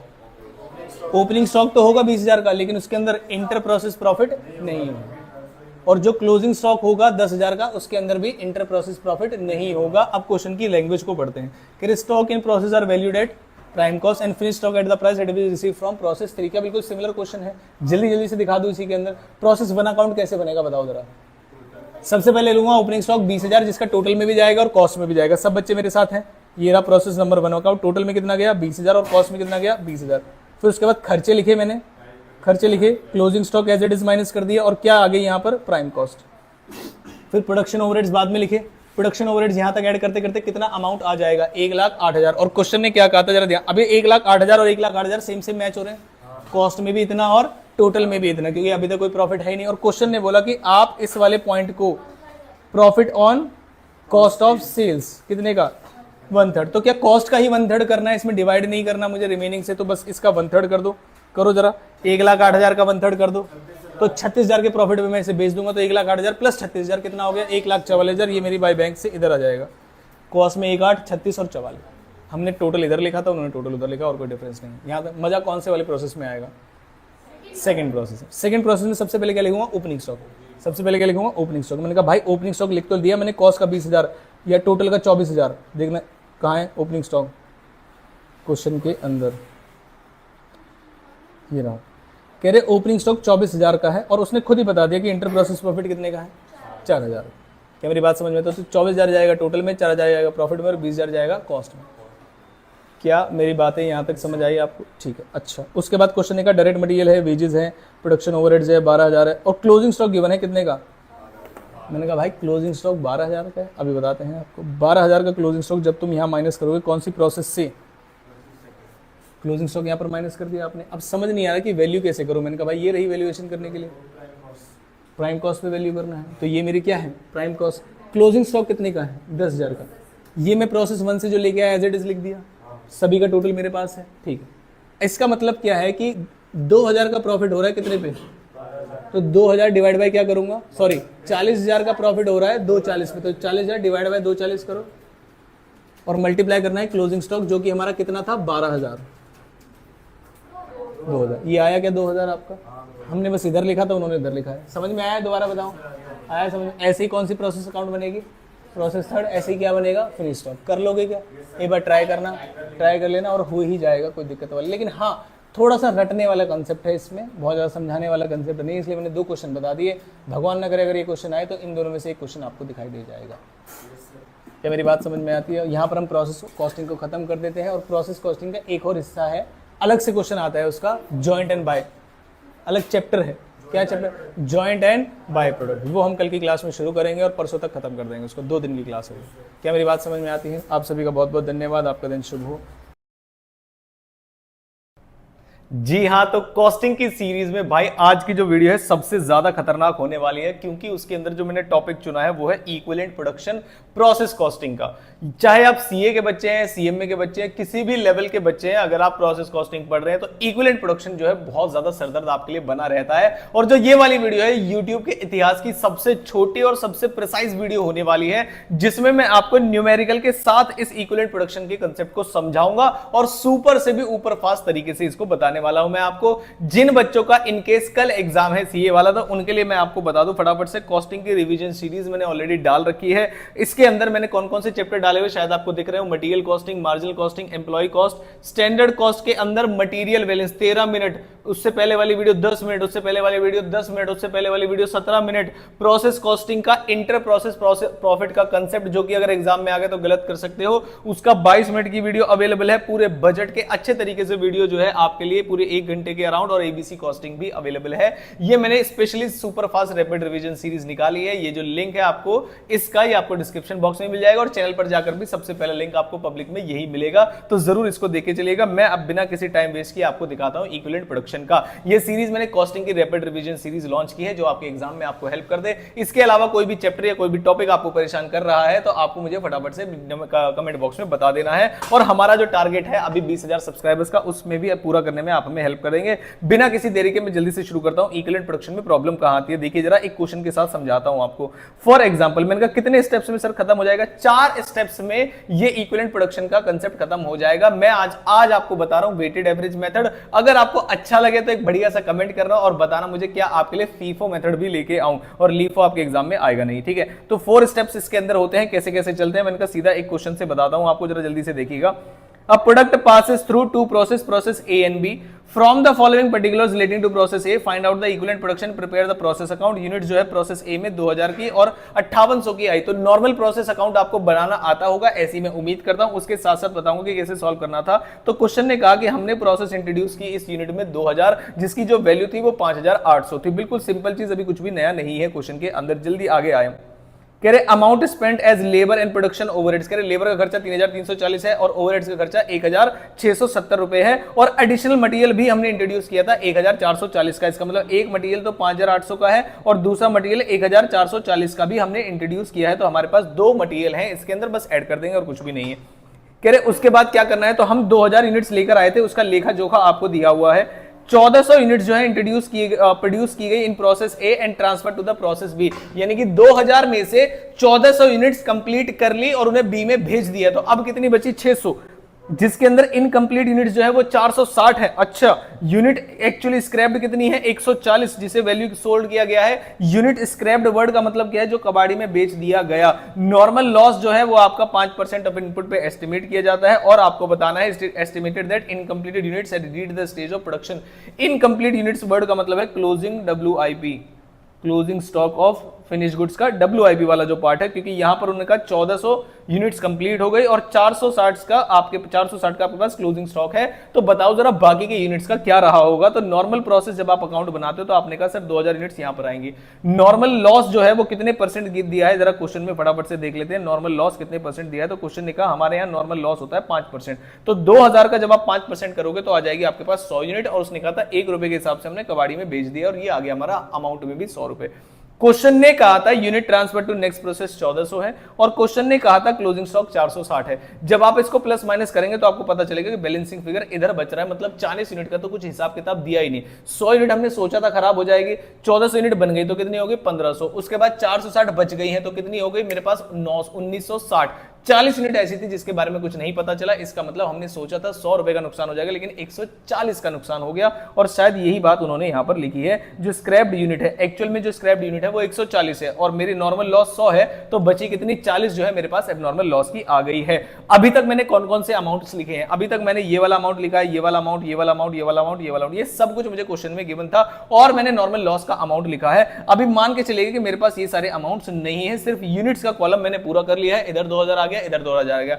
अब हमारे पूरे क्वेश्चन का चैलेंज ये है कि हमें तीनों अमाउंट्स फाइंड आउट करनी है कि कैसे कैसे आने वाली है। एक नॉर्मल प्रोसेस का क्वेश्चन आपको आता होगा, ऐसा मैं मान के ये आगे के स्टेप्स आपको बता रहा हूं। सबसे पहले उम्मीद ये करते हैं कि आपको क्या इक्विवेलेंट प्रोडक्शन आती है। तो स्टेप्स में चलते हैं, जो मैंने आपको स्टेप्स लिखवाए हैं कि बताइए जरा फटाफट से स्टेप्स कितने हैं। तो मैंने कहा पहला स्टेप ये कहता है कि आप सिंपल प्रोसेस अकाउंट बनाओ। तो क्या हमने सिंपल प्रोसेस अकाउंट बना दिया, हाँ, यूनिट्स की जगह यूनिट्स लिख दिए, अमाउंट की जगह अमाउंट लिख दिया। अब जो डिफरेंस हमारे अमाउंट में आ रहे हैं, जो अमाउंट हमें पता नहीं है, वो हम फाइंड आउट करने वाले हैं। तो हमने कहा स्टेप 1 कंप्लीट हो चुका है। अब मैं स्टेप 2 की तरफ चलाऊं जिसमें लिखा हुआ है find out the equivalent number of units. तो उसका जो प्रोसेस है, उसका जो परफॉर्म है वो क्या है कि आपको equivalent number of units find out करनी है मटेरियल, लेबर और ओवरहेड्स के लिए। तो ये रहा मटेरियल, ये रहा लेबर, ये रहा ओवरहेड्स।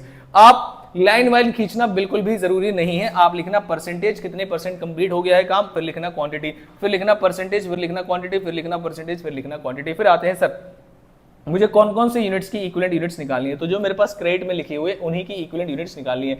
जिन जिन की आपको अमाउंट निकालनी है, जिन जिन चीजों की, उन्हीं की इक्विवेलेंट यूनिट्स निकाली जाती है। तो बताओ जरा क्या नॉर्मल लॉस की कभी आपको अमाउंट निकालनी पड़ती है? Answer is no.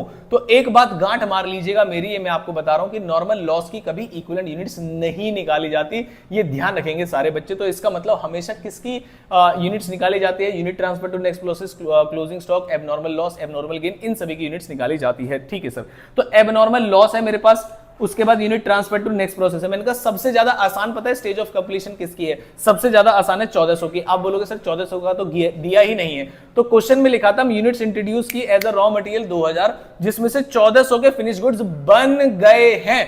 बन गए का मतलब क्या है, उसमें मटेरियल का भी खर्चा हो गया, लेबर का भी खर्चा हो गया, ओवरहेड्स का भी खर्चा हो गया। तो बस आपको क्या करना है, units transfer to next process लिखना है। सर 1400 यूनिट्स थी जिसमें मटेरियल भी 100%, लेबर भी 100% और ओवरहेड भी 100% हो गया होगा। तो 1400 1400 1400 इस तरीके से रिपीट हो गया। उसके बाद आते हैं sir abnormal loss. Abnormal loss का क्या मतलब होता है सर, एबनॉर्मल लॉस का मतलब होता है यूनिट्स खराब हो गई। तो अगर क्वेश्चन में, ध्यान से सुनेंगे सारे बच्चे, अगर क्वेश्चन में एबनॉर्मल लॉस के परसेंटेजेस गिवन है तो उन्हें अप्लाई करेंगे, और अगर एबनॉर्मल लॉस के परसेंटेजेस नहीं गिवन है तो 100% ले लेंगे। तो इस क्वेश्चन में एबनॉर्मल लॉस के परसेंटेजेस दिए नहीं थे तो मैं मान लूंगा सारी यूनिट्स जो है बनकर खराब हुई थी। तो 100% 100% और 100% जब मैं यहां पे कर दूंगा तो 40 40 40 ये चेंज भी हो सकता है अगर क्वेश्चन में एबनॉर्मल लॉस के परसेंटेजेस दे दे तो। अब आते हैं क्लोजिंग स्टॉक। क्या क्लोजिंग स्टॉक भी हम अपने हिसाब से मान सकते हैं? Answer is no. हमेशा हमेशा हमेशा क्लोजिंग स्टॉक का गिवन होगा। और यही बात उसने की थी कि सर जो इनकम्प्लीट यूनिट्स है वो कैसे कैसे पहुंची, तो उसने कहा मटेरियल 75%, लेबर 50% और ओवरहेड 50%। तो मैं इधर आ जाता हूं सर, क्लोजिंग स्टॉक में मैं मटेरियल के सामने लिखूंगा पहले तो 460 यूनिट्स के सामने 75%, तो 460 यूनिट्स का 75% निकाला तो 345 आ गया। फिर 50-50% है तो 460 का 50%, 460 का 50%, तो आपकी equivalent number of units transfer to next process, abnormal loss और क्लोजिंग स्टॉक की आ चुकी हैं।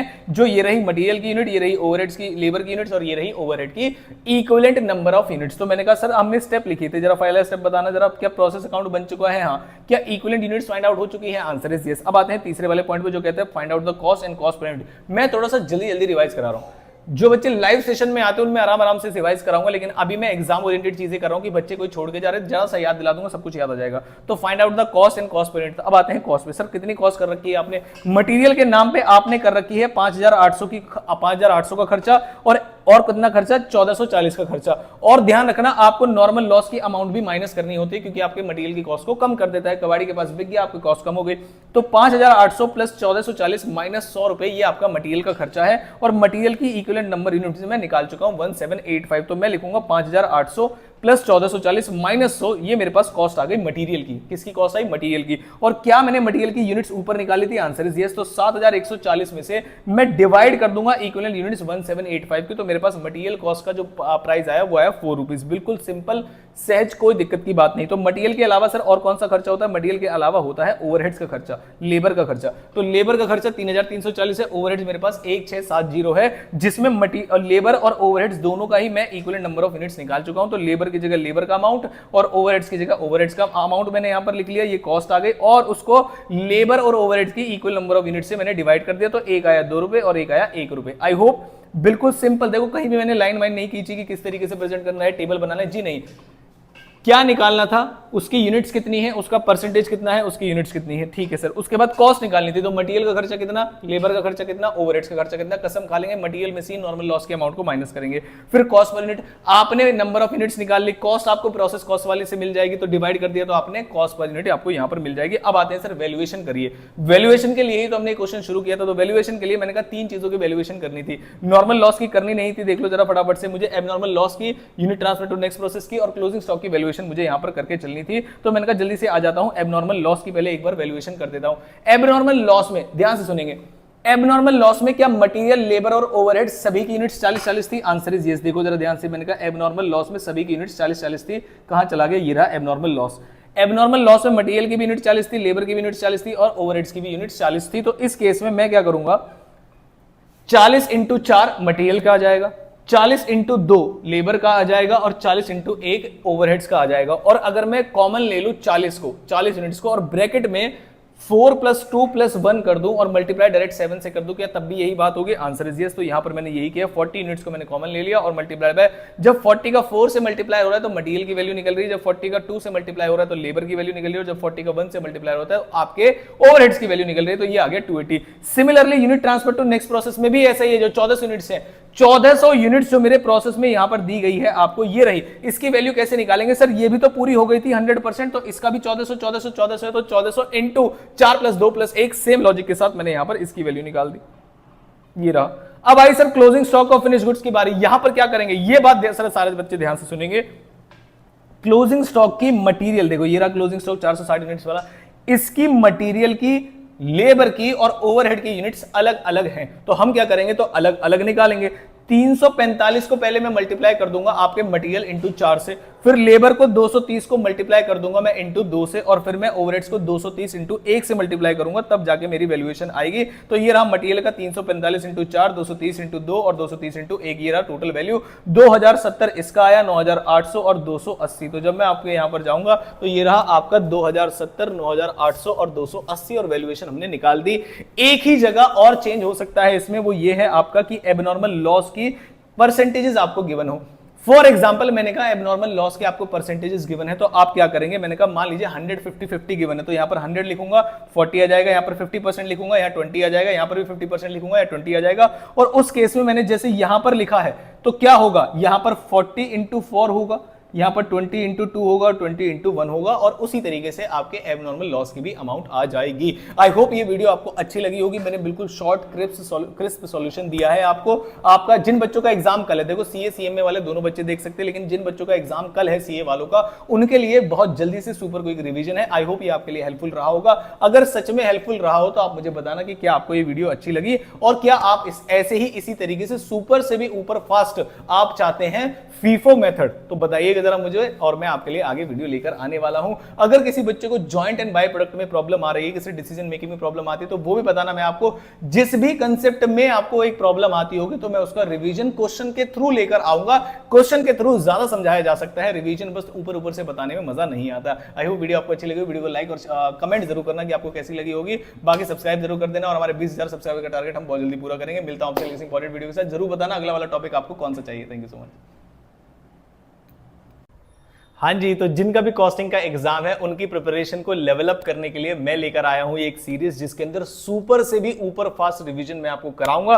जिसके अंदर अभी मैंने जो चैप्टर चुना है वो है मटेरियल कॉस्ट। तो सर थोड़ा सा बताओ इस सुपर से भी ऊपर फास्ट रिवीजन सीरीज के बारे में। तो मैं इसके अंदर मटेरियल कॉस्टिंग के अंदर यूज होने वाले सारे कंसेप्ट और फॉर्मूलाज आपको बहुत जल्दी लॉजिकल तरीके से समझाऊंगा। फिर उसके बाद आपको हर एक टॉपिक का एक एक क्वेश्चन कराने की प्रैक्टिकल से कोशिश करूंगा, ताकि आपको समझ में आ जाए, एग्जाम वाला क्वेश्चन आपका इजीली सॉल्व हो जाए। जिसके अंदर आईसीआई के स्टडी मटेरियल के भी एक दो क्वेश्चन सॉल्व करा दिए जाएंगे। ये जो वीडियो है रिवीजन पर्पस के लिए सीए और सीएम में दोनों के लिए एप्लीकेबल है। कॉस्टिंग में कोई चेंज नहीं, तो दोनों ही बच्चे यहां पर देख सकते हैं। फटाफट से बिना किसी टाइम वेस्ट किए मैं शुरू करता हूं, ताकि आपके एग्जाम में कम से कम समय लगे और आप जल्दी से जल्दी रिवाइज कर पाएं। तो मटेरियल कॉस्टिंग के अंदर सबसे पहला जो फॉर्मूला यूज होता है दैट इज कॉल्ड ईओक्यू, और ईओक्यू की फुल फॉर्म है इकोनॉमिक ऑर्डर क्वांटिटी। फॉर्मूला जो यूज किया जाता है वो है √2 इंटू ए इंटू ओ इंटू एस। अब छोटी छोटी बातें मैं आपको बताऊंगा जो शायद आपको नहीं पता होंगी या फिर आप गलत करने वाले थे। सबसे पहले ए का मतलब एनुअल रिक्वायरमेंट है सर, ये भी हमें पता था। ओ का मतलब ऑर्डरिंग कॉस्ट है सर, ये भी हमें पता था। जो चीज तुम्हें नहीं पता है वो मैं बता देता हूं। ये जो एस है ना, एस, इसे स्टोरेज कॉस्ट या कैरिंग कॉस्ट भी बोलते हैं। कई बार पता है कैसे गिवन होती है, कई बार ये गिवन होती है 0.2 पर यूनिट पर मंथ, और आपको क्या करना है, इसे एनुअल में कन्वर्ट करना होता है। और जब आप इसे एनुअल में कन्वर्ट करेंगे तो ₹2.4 पर यूनिट हो जाएगा। तो कई बार ऐसा देखा गया है कि स्टोरेज कॉस्ट में उन्होंने पर मंथ लिख रखा है, और आप बाकी की आपकी सारी जो इंफॉर्मेशन है वो आपकी दी हुई है आपका पर एनम में, तो उसे कन्वर्ट करना बहुत ज्यादा जरूरी है। तो अगर आपको ये पॉइंट नहीं पता था तो पक्का इसे ध्यान रख लीजिएगा। अगर स्टोरेज कॉस्ट पर यूनिट जो है पर क्वार्टर में गिवन है तो आपको मल्टीप्लाइड बाय 4 करना है, और अगर आपको पर मंथ गिवन है तो मल्टीप्लाई बाय 12 करना है, और अगर आपको पर वीक गिवन है तो मल्टीप्लाइड बाय 52 करना पड़ेगा। ध्यान रखिएगा मेरी बात। और स्टोरेज कॉस्ट से रिलेटेड और भी इंपॉर्टेंट चीजें जब इसे डिस्काउंट ऑफर से इवैल्यूएट करते हैं तो वो जल्दी से बताऊंगा आपको। नेक्स्ट आता है ordering cost. Sir ordering cost क्या होता है, जितने नंबर ऑफ ऑर्डर्स आपके होते हैं उसे ऑर्डरिंग कॉस्ट से मल्टीप्लाई कर दीजिए तो आपका ऑर्डरिंग कॉस्ट आ जाता है। अभी कैसे होता है मैं आपको प्रैक्टिकल से समझाऊंगा। स्टोरेज कॉस्ट क्या होती है सर, स्टोरेज कॉस्ट होती है हमारे किसी भी इन्वेंटरी को स्टोर करने का खर्चा, और हम ऐसा अज्यूम करते हैं कि जितना भी हमारा लॉट साइज है, फॉर एग्जांपल हम 10,000 यूनिट्स एक बार में मंगा रहे हैं तो 5,000 हम उसमें सेव करके रख लेंगे। इसलिए फॉर्मूला बनाया गया 1/2 ऑफ लॉट साइज और multiplied by storage cost per unit per annum, अच्छे से लिखा गया है। अब इन तीनों फॉर्मूले को समझाने के लिए मैं आपको बताता हूं एक क्वेश्चन है। मान लीजिए एग्जांपल नंबर 1 ये रहा, कह रहे एनुअल रिक्वायरमेंट जो है वो 1000 यूनिट्स की है, और ऑर्डरिंग कॉस्ट जो है 100 रुपए की है, पर ऑर्डर की स्टोरेज कॉस्ट 5 रुपए पर केजी है, तो इसका मतलब हम मान लेंगे पर एनम पे गिवन है। परचेज कॉस्ट 10 रुपए की है। तो सर अब हमें बताइए ईओक्यू कैसे इस्तेमाल होगा। तो जब मैं ईओक्यू निकालूंगा तो फॉर्मूला लगाऊंगा √2 इंटू ए इंटू ओ इंटू एस, जिसके अंदर मैंने ए क्या है, ओ क्या है, एस क्या है, वो सब चीजें यहां पर लिख ली है। जैसे ही फॉर्मूला इस्तेमाल करूंगा तो आंसर आ जाएगा मेरा 200 केजी। ईओक्यू का मतलब ये होता है, ये ऐसा ऑर्डर लेवल है कि जैसे आपको पूरे साल में कितनी मंगानी है, पूरे साल में मंगानी है आपको एनुअल रिक्वायरमेंट कितनी है, पूरे साल में मेरी एनुअल रिक्वायरमेंट है 1000। अब आप बोलोगे सर इसमें ऑर्डरिंग कॉस्ट कैसे निकालेंगे, वो समझाओ हमें। अब देखो जरा ध्यान से, अगर मैं एनुअल रिक्वायरमेंट है 1000 और एक बार में लेके आ रहा हूं 200 रुपए, तो क्या 200 केजी, तो क्या मैं इसे 200 केजी से डिवाइड कर दूंगा तो मैं कितने बार लेने जाऊंगा, वो समझ में आया आपको? नहीं सर दोबारा बताओ। मान लीजिए मैं पूरे साल में 100 केजी खरीद के लाता हूं और एक बार में मैं 50 केजी लेकर आता हूं तो मुझे कितने ऑर्डर देने पड़ेंगे, तो आप बोलोगे सर 2 ऑर्डर देने पड़ेंगे। तो यही दिमाग लगाना है आपको, एनुअल रिक्वायरमेंट को डिवाइड करना है आपके लॉट साइज से, तो इसके आपने नंबर ऑफ ऑर्डर्स आ जाएंगे। और जब इस पे टोटल कॉस्ट निकालने की बात आएगी तो आप निकालोगे number of orders multiplied by ordering cost. Storage cost जब निकालोगे तो हाफ करना होता है आपको, और ध्यान रखना है एनुअल रिक्वायरमेंट का हाफ नहीं करना आपको हाफ करना है लॉट साइज का, जो आपका निकल कर आया है। लॉट साइज कितना है 200 केजी, तो इसका हाफ कर देंगे तो ये हो जाएगा 100 केजी, और परचेज स्टोरेज कॉस्ट से हम मल्टीप्लाई कर देंगे। और जब भी आप परचेज कॉस्ट से मल्टीप्लाई करेंगे तो टोटल कॉस्ट यहां पर निकल जाएगी। और परचेज कॉस्ट क्या होती है, पूरे साल की annual requirement multiplied by purchase cost per unit. तो एक बेसिक सा फॉर्मूला मैंने आपको समझा दिया, जिससे आपका ईओक्यू का कंसेप्ट आई होप क्लियर हो गया होगा। लेकिन खतरनाक चीज क्या है इसमें, कई सारे बच्चों को फॉर्मूला ही नहीं पता होता, एग्जाम में चले जाते हैं कि कई बार मिसिंग इंफॉर्मेशन होती है। तो अगर सारे बच्चे ध्यान से सुनेंगे इस बात को, टोटल ऑर्डरिंग कॉस्ट और स्टोरेज कॉस्ट जो होती है हमारी एट ईओक्यू लेवल, वो उसका फॉर्मूला है, डायरेक्ट आप निकाल सकते हैं। तो ईओक्यू लेवल पर अगर आपको स्टोरेज और कैरिंग कॉस्ट पता करनी है, स्टोरेज और कैरिंग कॉस्ट मतलब स्टोरेज और कैरिंग कॉस्ट तो मतलब एक ही होता है, ऑर्डरिंग कॉस्ट और स्टोरेज कॉस्ट। अगर दो कॉस्ट का अगर आपको टोटल चाहिए तो आप इस फॉर्मूले से भी निकाल सकते हैं। तो कई बार इंफॉर्मेशन मिसिंग होती है, और ऐसा एक क्वेश्चन भी है प्रैक्टिस मैनुअल में कि आपको total ordering and storage cost given है, ईओक्यू लेवल पर अमाउंट गिवन है, तो उस अमाउंट को आप इधर रख दीजिएगा, इक्वल्स टू में आपसे ए हटा लेगा, वो ऑर्डरिंग कॉस्ट और स्टोरेज कॉस्ट देगा, इससे आपका ए आ जाएगा। तो ये वाला पॉइंट भी आपसे एग्जाम में पूछा जा सकता है, बहुत सारे बच्चों को ये वाला पॉइंट नहीं पता होता।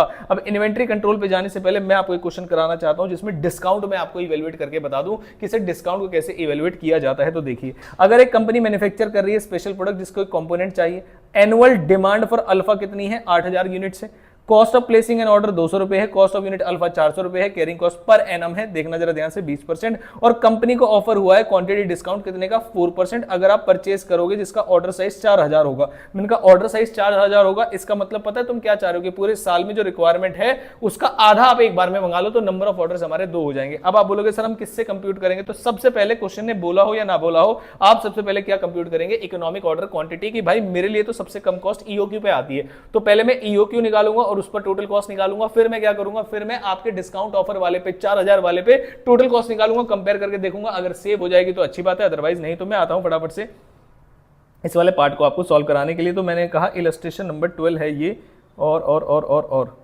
क्या मैंने ये कराया है, ये एनुअल रिक्वायरमेंट है 8000 यूनिट्स की, आपकी ऑर्डरिंग कॉस्ट 200 की है, 20% ऑफ परचेज कॉस्ट। ध्यान रखना जब भी परसेंटेज में गिवन होगी स्टोरेज कॉस्ट, परसेंटेज हमेशा परचेज कॉस्ट का ही निकाला जाएगा, परचेज कॉस्ट को यूनिट कॉस्ट के नाम से भी जाना जाता है। तो 400 रुपए का 20% हमने 80 निकाल दिया, और परचेज कॉस्ट हमारी 400 रुपए है ही। ईओ की जब हमने फॉर्मूला लगा के निकाला √2 × A × O divide by S, या कैरिंग कॉस्ट जिसे बोलते हैं, तो 200 kg आया। तो वो हमसे क्या कह रहे हैं कि जो आपका ऑर्डर साइज अभी 200 kg है उसे बढ़ाकर आप एक बार में 4000 kg मंगवाने लगना। मैंने कहा इसके बदले कुछ डिस्काउंट दोगे क्या, तो उन्होंने कहा हाँ डिस्काउंट देंगे आपको। तो मैंने कहा 2 मिनट रुक जाओ, पहले मैं ईओक्यू पे टोटल कॉस्ट कवर कर लूं, वो मेरी मिनिमम कॉस्ट है, और अगर आपका डिस्काउंट ऑफर मेरी ईओक्यू की टोटल कॉस्ट से भी नीचे चला जाता है तो मैं आपकी बात मान लूंगा। तो ईओक्यू है 200 यूनिट्स, जिसका मैंने परचेस कॉस्ट निकाला, तो पूरे साल में 8000 खरीद के लाऊंगा 400 के हिसाब से, फिर ऑर्डर्स निकालूंगा तो क्या होगा, पूरे साल में 8000 खरीद कर लाने हैं, और एक बार में ईओक्यू के हिसाब से मुझे 200 खरीदने हैं, तो 8000 डिवाइड बाय 200 करूंगा तो 40 ऑर्डर्स आ जाएंगे, और मल्टीप्लाई कर दूंगा ऑर्डरिंग कॉस्ट पर यूनिट से। उसके बाद ऐसे ही एक बार में अगर 200 लेकर आऊंगा, ध्यान से समझना, एक बार में अगर 200 यूनिट लेके आऊंगा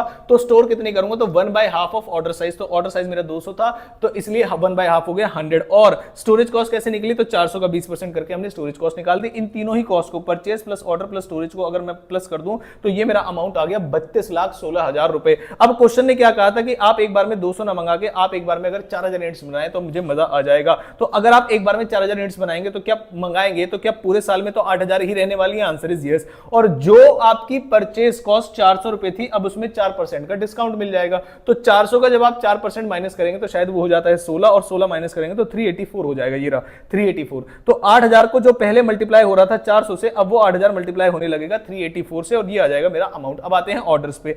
एक बार में जब मैं 4000 लेके आऊंगा और मेरी टोटल एनुअल रिक्वायरमेंट 8000 की है, तो क्या मेरे पास 2 ऑर्डर्स ही होंगे, आंसर इज यस, और ऑर्डरिंग कॉस्ट से मल्टीप्लाई कर दिया, ये मेरी ऑर्डरिंग कॉस्ट आ गई। लेकिन प्रॉब्लम पता है कहां आई, प्रॉब्लम आई स्टोरेज कॉस्ट में। यहां पर परेशानी आती है, बच्चे क्या करते हैं पहले ही स्टोरेज कॉस्ट निकाल लेते हैं कि सर स्टोरेज कॉस्ट पर जो है हमारी एक यूनिट की वो 80 रुपए है, और हर जगह उसी से मल्टीप्लाई कर देते हैं। लेकिन बेटा ये जो स्टोरेज कॉस्ट है ये 400 रुपए यानी परचेज कॉस्ट के ऊपर डिपेंडेंट है, और जब परचेज कॉस्ट बदलेगी तो स्टोरेज कॉस्ट भी बदलेगी। तो परचेज कॉस्ट बदलेगी तो स्टोरेज कॉस्ट बदलेगी। तो क्या मेरी इस केस में परचेज कॉस्ट बदली है, यस, 400 की जगह 384 हो गए हैं। तो जो 20% पहले 400 का निकाला जाता था, अब वो 384 का निकाला जाएगा, और उसी के बेसिस पे जब आप निकालेंगे तो ये 76.8 आ जाएगा। और मैं एक बार में अगर 4000, देखो जरा ध्यान से, जब मैं एक बार में 200 लेकर आ रहा था तो स्टोर कर रहा था 100 यूनिट्स, रटना नहीं है फॉर्मूले को। जब मैं एक बार में 4000 लेके आ रहा हूं तो स्टोर करूंगा 2000 यूनिट्स, बस सिंपल सी बात है। और 384 मल्टीप्लाई बाय 20% करके जब टोटल कॉस्ट निकाली गई तो इसकी टोटल कॉस्ट डिस्काउंट देने के बावजूद भी ईओक्यू लेवल से 10,000 रुपए ज्यादा आ रही है। तो क्या हमें उस ऑफर को एक्सेप्ट करना चाहिए? Answer is no. और रीजन में आप लिखेंगे कि क्योंकि हमारी टोटल इन्वेंट्री कॉस्ट स्टिल 10,000 रुपए एक्सीड कर रही है आपके ऑफर लेवल पर, तो हमें नहीं चाहिए। हो सकता है आप 4% की जगह से 10%, चलो मैंने एक होमवर्क दिया आपको, सारे बच्चे बताएंगे मुझे कि अगर इफ डिस्काउंट जो है 10% होता तो क्या हम ऑफर को, if at the rate 10% discount होता तो क्या हम ऑफर को एक्सेप्ट करते? तो नीचे कमेंट बॉक्स में मुझे बताना, और ये भी बताना कॉस्ट कितने से सेव होती और हो भी रही है या नहीं, तो ये भी मुझे बताना। तो जो भी बच्चे मतलब सीरियस होकर पढ़ रहे हैं वो मुझे इस बात का जवाब जरूर देंगे कमेंट बॉक्स में। तो ये था ईओक्यू वाला लेवल, आई होप अब आपको क्लियर हो गया होगा। नेक्स्ट आते हैं इन्वेंट्री कंट्रोल। इसमें तो कोई दिक्कत वाली बात नहीं, बस आपको फॉर्मूले याद होने चाहिए, तो जल्दी से मैं फॉर्मूले याद करा देता हूं आपको। ROL, री ऑर्डर लेवल, कब ऑर्डर प्लेस करें? तो हम चाहते हैं मैक्सिमम कंजम्पशन करेंगे, मैक्सिमम लीड टाइम में करेंगे, तो आपका अब इसके लॉजिक देने बैठूंगा तो थोड़ा ज्यादा समय लग जाएगा और आपके एग्जाम का समय वेस्ट हो जाएगा। आई होप आप बस फॉर्मूले याद कर लेंगे। तो maximum consumption into maximum level, और देखो अगर लॉजिक मुझे समझाना तो कितने अच्छे से समझा सकता हूं। रीऑर्डर लेवल, दोबारा ऑर्डर लेवल कब प्लेस करें? ऐसा मान के चलिए कि सबसे ज्यादा मटेरियल की कंजम्पशन होगी आपके यहां और सबसे ज्यादा समय लगेगा, मतलब कंजर्वेटिव अप्रोच मानी जाती है इसके अंदर। जैसे मान लीजिए मैंने कहा 100 से लेकर 150 तक यूनिट्स कंज्यूम होती है मेरे यहां, तो मैं मानूंगा जब मैं दोबारा ऑर्डर प्लेस करूं तो ना ये मानू 100 ना मानू 125 में मानूंगा, ज्यादा से ज्यादा हो रही है और जो सप्लायर है वो नालायक ज्यादा से ज्यादा समय लेगा। तो इसे बोलते हैं मैक्सिमम कंजम्पशन और maximum lead time conservative approach के साथ। रीऑर्डर लेवल निकालने का एक और फॉर्मूला है minimum stock plus average consumption into average lead time, दोनों से आंसर अलग आता है। वो क्वेश्चन के अंदर इंफॉर्मेशन पे डिपेंड करेगा कि आप कौन सा फॉर्मूला यूज करने वाले हैं। नेक्स्ट आता है मिनिमम स्टॉक लेवल। तो जस्ट आपने जो ROL निकाला है उसे यहां रख दीजिए और माइनस कर दीजिए average consumption into average lead time पे।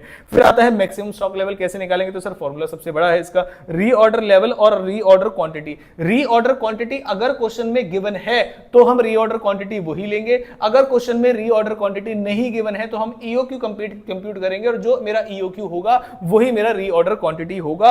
ये सारे बच्चे ध्यान रखेंगे कि अगर ईओक्यू भी गिवन है और रीऑर्डर क्वांटिटी भी गिवन है तो हम रीऑर्डर क्वांटिटी ही यहां पर लिखेंगे। कई क्वेश्चन में रीऑर्डर क्वांटिटी नहीं गिवन होता, ईओक्यू गिवन होता है, या आप निकालते हैं उसको एज इट इज उठा लेते हैं, तो इसका मतलब रट मत लेना कि हमेशा ईओक्यू आरओक्यू होगा। Answer is no. अगर क्वेश्चन में अलग से गिवन है तो आपको वो इस्तेमाल करना है, माइनस करना है minimum consumption into minimum lead time. Next आता है एवरेज स्टॉक लेवल। यहां पर काफी सारे बच्चे गलती करते हैं। एवरेज स्टॉक लेवल पे कई बार बच्चे मैक्सिमम और मिनिमम कंजम्पशन ले लेते हैं। बच्चे ये नहीं करना है आपको। जो फॉर्मूले से आपने अभी निकाला है कि मिनिमम स्टॉक लेवल क्या है, मैक्सिमम स्टॉक लेवल क्या है, इन दोनों फॉर्मूले से जो स्टॉक लेवल्स निकाले हैं आपने उनका प्लस करके आपको डिवाइड बाय 2 करना है, ना कि कंजम्पशन जो इंफॉर्मेशन में गिवन है आपको। नेक्स्ट आता है डेंजर लेवल। तो डेंजर लेवल का मतलब होता है डेंजर पीरियड क्या है आपका, वो आपको एग्जाम में गिवन होगा, उसमें एवरेज कंजम्पशन के हिसाब से आप क्वेश्चन को डाल देंगे। अगर आपसे कोई मतलब क्रिटिकल पॉइंट पूछना हुआ उससे तो डेज ऑफ इन्वेंट्री हेल्ड कैसे निकालेंगे, तो 365 डेज या 360 डेज जितने भी क्वेश्चन में गिवन है, और इन्वेंट्री टर्नओवर रेशियो जो है आप उसे डिवाइड कर देंगे। और इन्वेंट्री टर्नओवर रेशियो क्या है, रॉ मटेरियल कंज्यूम्ड या सीओजीएस जैसा क्वेश्चन में information divide by average inventory, जैसा कि आपने रेशियो चैप्टर में भी पढ़ा होगा। तो इतनी इंफॉर्मेशन के साथ आप क्वेश्चन को कर पाएंगे। आप बोलोगे सर जब इतना कराया है तो एक क्वेश्चन करा देते तो मजा ही आ जाता। तो मैंने कहा चलो बच्चों के सामने मेरी एक ना चली, और बच्चे ने बोला तो मुझे क्वेश्चन एक तो कराना पड़ेगा ही, बनता भी है, ठीक है। तो मैंने कहा सीए स्टडी मटेरियल वाला इलस्ट्रेशन नंबर 12 करा देता हूं, उसमें ये क्वेश्चन गिवन है। जल्दी से मैं आपको बता देता हूं क्वेश्चन के साथ, तो ज्यादा सही रहेगा। 5 मिनट एक्स्ट्रा लगेंगे, लेकिन मुझे ऐसा लगेगा कि मैंने अच्छा किया बच्चों को बता दिया। इलस्ट्रेशन नंबर 12 नहीं, कोई और क्वेश्चन करेंगे। अच्छा, सीएम में इलस्ट्रेशन नंबर 12 कराई है मैंने पहले, और इलस्ट्रेशन नंबर 19 कराई है मैंने। सीएम में वाले क्वेश्चन कराए हैं यहाँ पर। तो प्रैक्टिस मैनुअल का मिनिमम, प्रैक्टिस मैनुअल का क्वेश्चन नंबर फर्स्ट करेंगे हम। चलो अभी कराता हूँ, एक क्वेश्चन और करा दूं, हालांकि इससे थोड़ी सी ड्यूरेशन बढ़ेगी, पर चलो बच्चों को समझ में आना चाहिए, वो ज़्यादा बढ़िया है। और प्रैक्टिस मैनुअल में भी यहाँ पर नहीं है, चलो कोई बात नहीं, आप एक बार कर लेना अपने हिसाब से, कोई दिक्कत वाली बातें नहीं है। जो आपको क्वेश्चन दिख जाए, मुझे दिख जाता तो मैं ही करा देता। ये एक मिसिंग इन्फॉर्मेशन, हाँ भाई मेरे सारे बच्चे जरा ध्यान से सुनेंगे, ये एक मिसिंग इन्फॉर्मेशन है और मेरी आपसे रिक्वेस्ट है, ये सीएमए वाले कोई पेपर में भी आया था, इसको जरूर करके जाएं। इस वाले क्वेश्चन के आने के चांसेस रहते हैं, या अगर क्वेश्चन को घुमाना हुआ तो इस तरीके से क्वेश्चन को घुमा देंगे। तो मटेरियल कॉस्टिंग के अंदर हालांकि 2-3 कंसेप्ट और हैं, लेकिन मुझे ऐसा लगता है कि ईओक्यू और अगर इन्वेंट्री टर्नओवर, इन्वेंट्री कंट्रोल वाले फॉर्मूलेस को अच्छे से करके चले जाएंगे तो आपका क्या नाम है, अच्छे से रिवीजन हो जाएगा। अगर ये सीरीज आपको अच्छी लगी हो, जिसमें मैं सुपर से भी ऊपर फास्ट तरीके से रिवाइज करा रहा हूं और एक दो क्वेश्चन भी दिखा रहा हूं आपको कि कैसे सॉल्व होंगे, तो मुझे जरूर बताना। और और बच्चे अगर मुझे क्वेश्चन मिल जाता तो मैं मतलब मजा ही आ जाता, मैं आपको क्वेश्चन करा ही देता। जैसे कोई भी इलस्ट्रेशन नंबर दिख जाए मुझे अभी ऐसा इन्वेंट्री वाली, तो मैं आपको एक क्वेश्चन तो जरूर कराना पसंद करूंगा, चाहे 5 मिनट से ज्यादा का समय लग जाए। आ जाओ भाई, इन्वेंट्री कंट्रोल, सब ईओक्यू वाले ज़्यादा भरे हुए हैं, छोड़। मैं एक बार देखूं अगर मटेरियल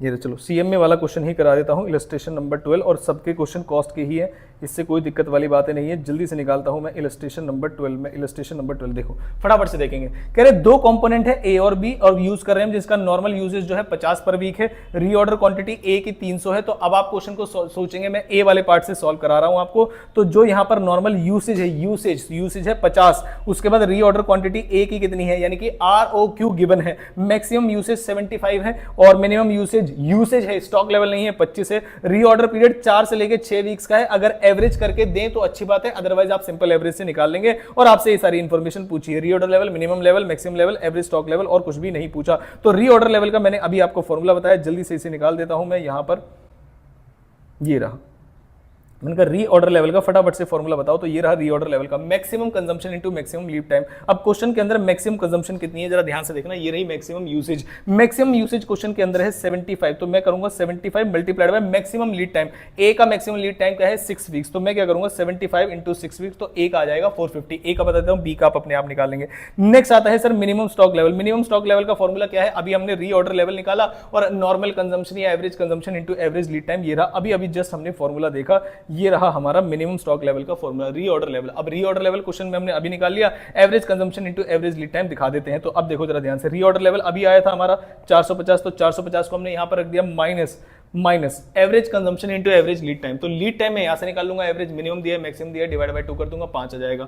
फिर ऊपर मुझे कंजम्पशन गिवन है और नॉर्मल यूसेज गिवन है क्या, हाँ नॉर्मल यूसेज 50 गिवन है, तो वही मेरी एवरेज कंजम्पशन होती है, 50 इंटू 5 कर दूंगा, तो ये मेरा क्या आ जाएगा, ये मेरा मिनिमम स्टॉक लेवल आ जाएगा। तो ये रहा मेरा मिनिमम स्टॉक लेवल 200 का। अब मैक्सिमम स्टॉक लेवल का सबसे बड़ा फॉर्मूला है reorder level plus reorder quantity minus minimum usage into minimum lead period. अब देखिए रीऑर्डर लेवल मैंने अभी निकाला 450, reorder quantity, sir reorder quantity नहीं पता चली क्वेश्चन में, क्या गिवन है क्या रीऑर्डर क्वांटिटी, देखो जरा क्या कहीं पर भी दिख रहा है आपको रीऑर्डर क्वांटिटी, सर दिख तो नहीं रहा। आप कैसे निकालेंगे 300 की रीऑर्डर क्वांटिटी कहां से आई, बताओ जरा फटाफट से। रीऑर्डर क्वांटिटी, तो क्या हम रीऑर्डर क्वांटिटी क्वेश्चन से देख के निकाल सकते हैं क्या, हाँ क्या हम क्वेश्चन से देख के निकाल सकते हैं, बताइए जरा रीऑर्डर क्वांटिटी कैसे निकलेगी। इसके अंदर नॉर्मल यूसेज हमने कर लिया, रीऑर्डर लेवल हमने निकाल लिया, 300 की यूनिट कहां से आई इसमें,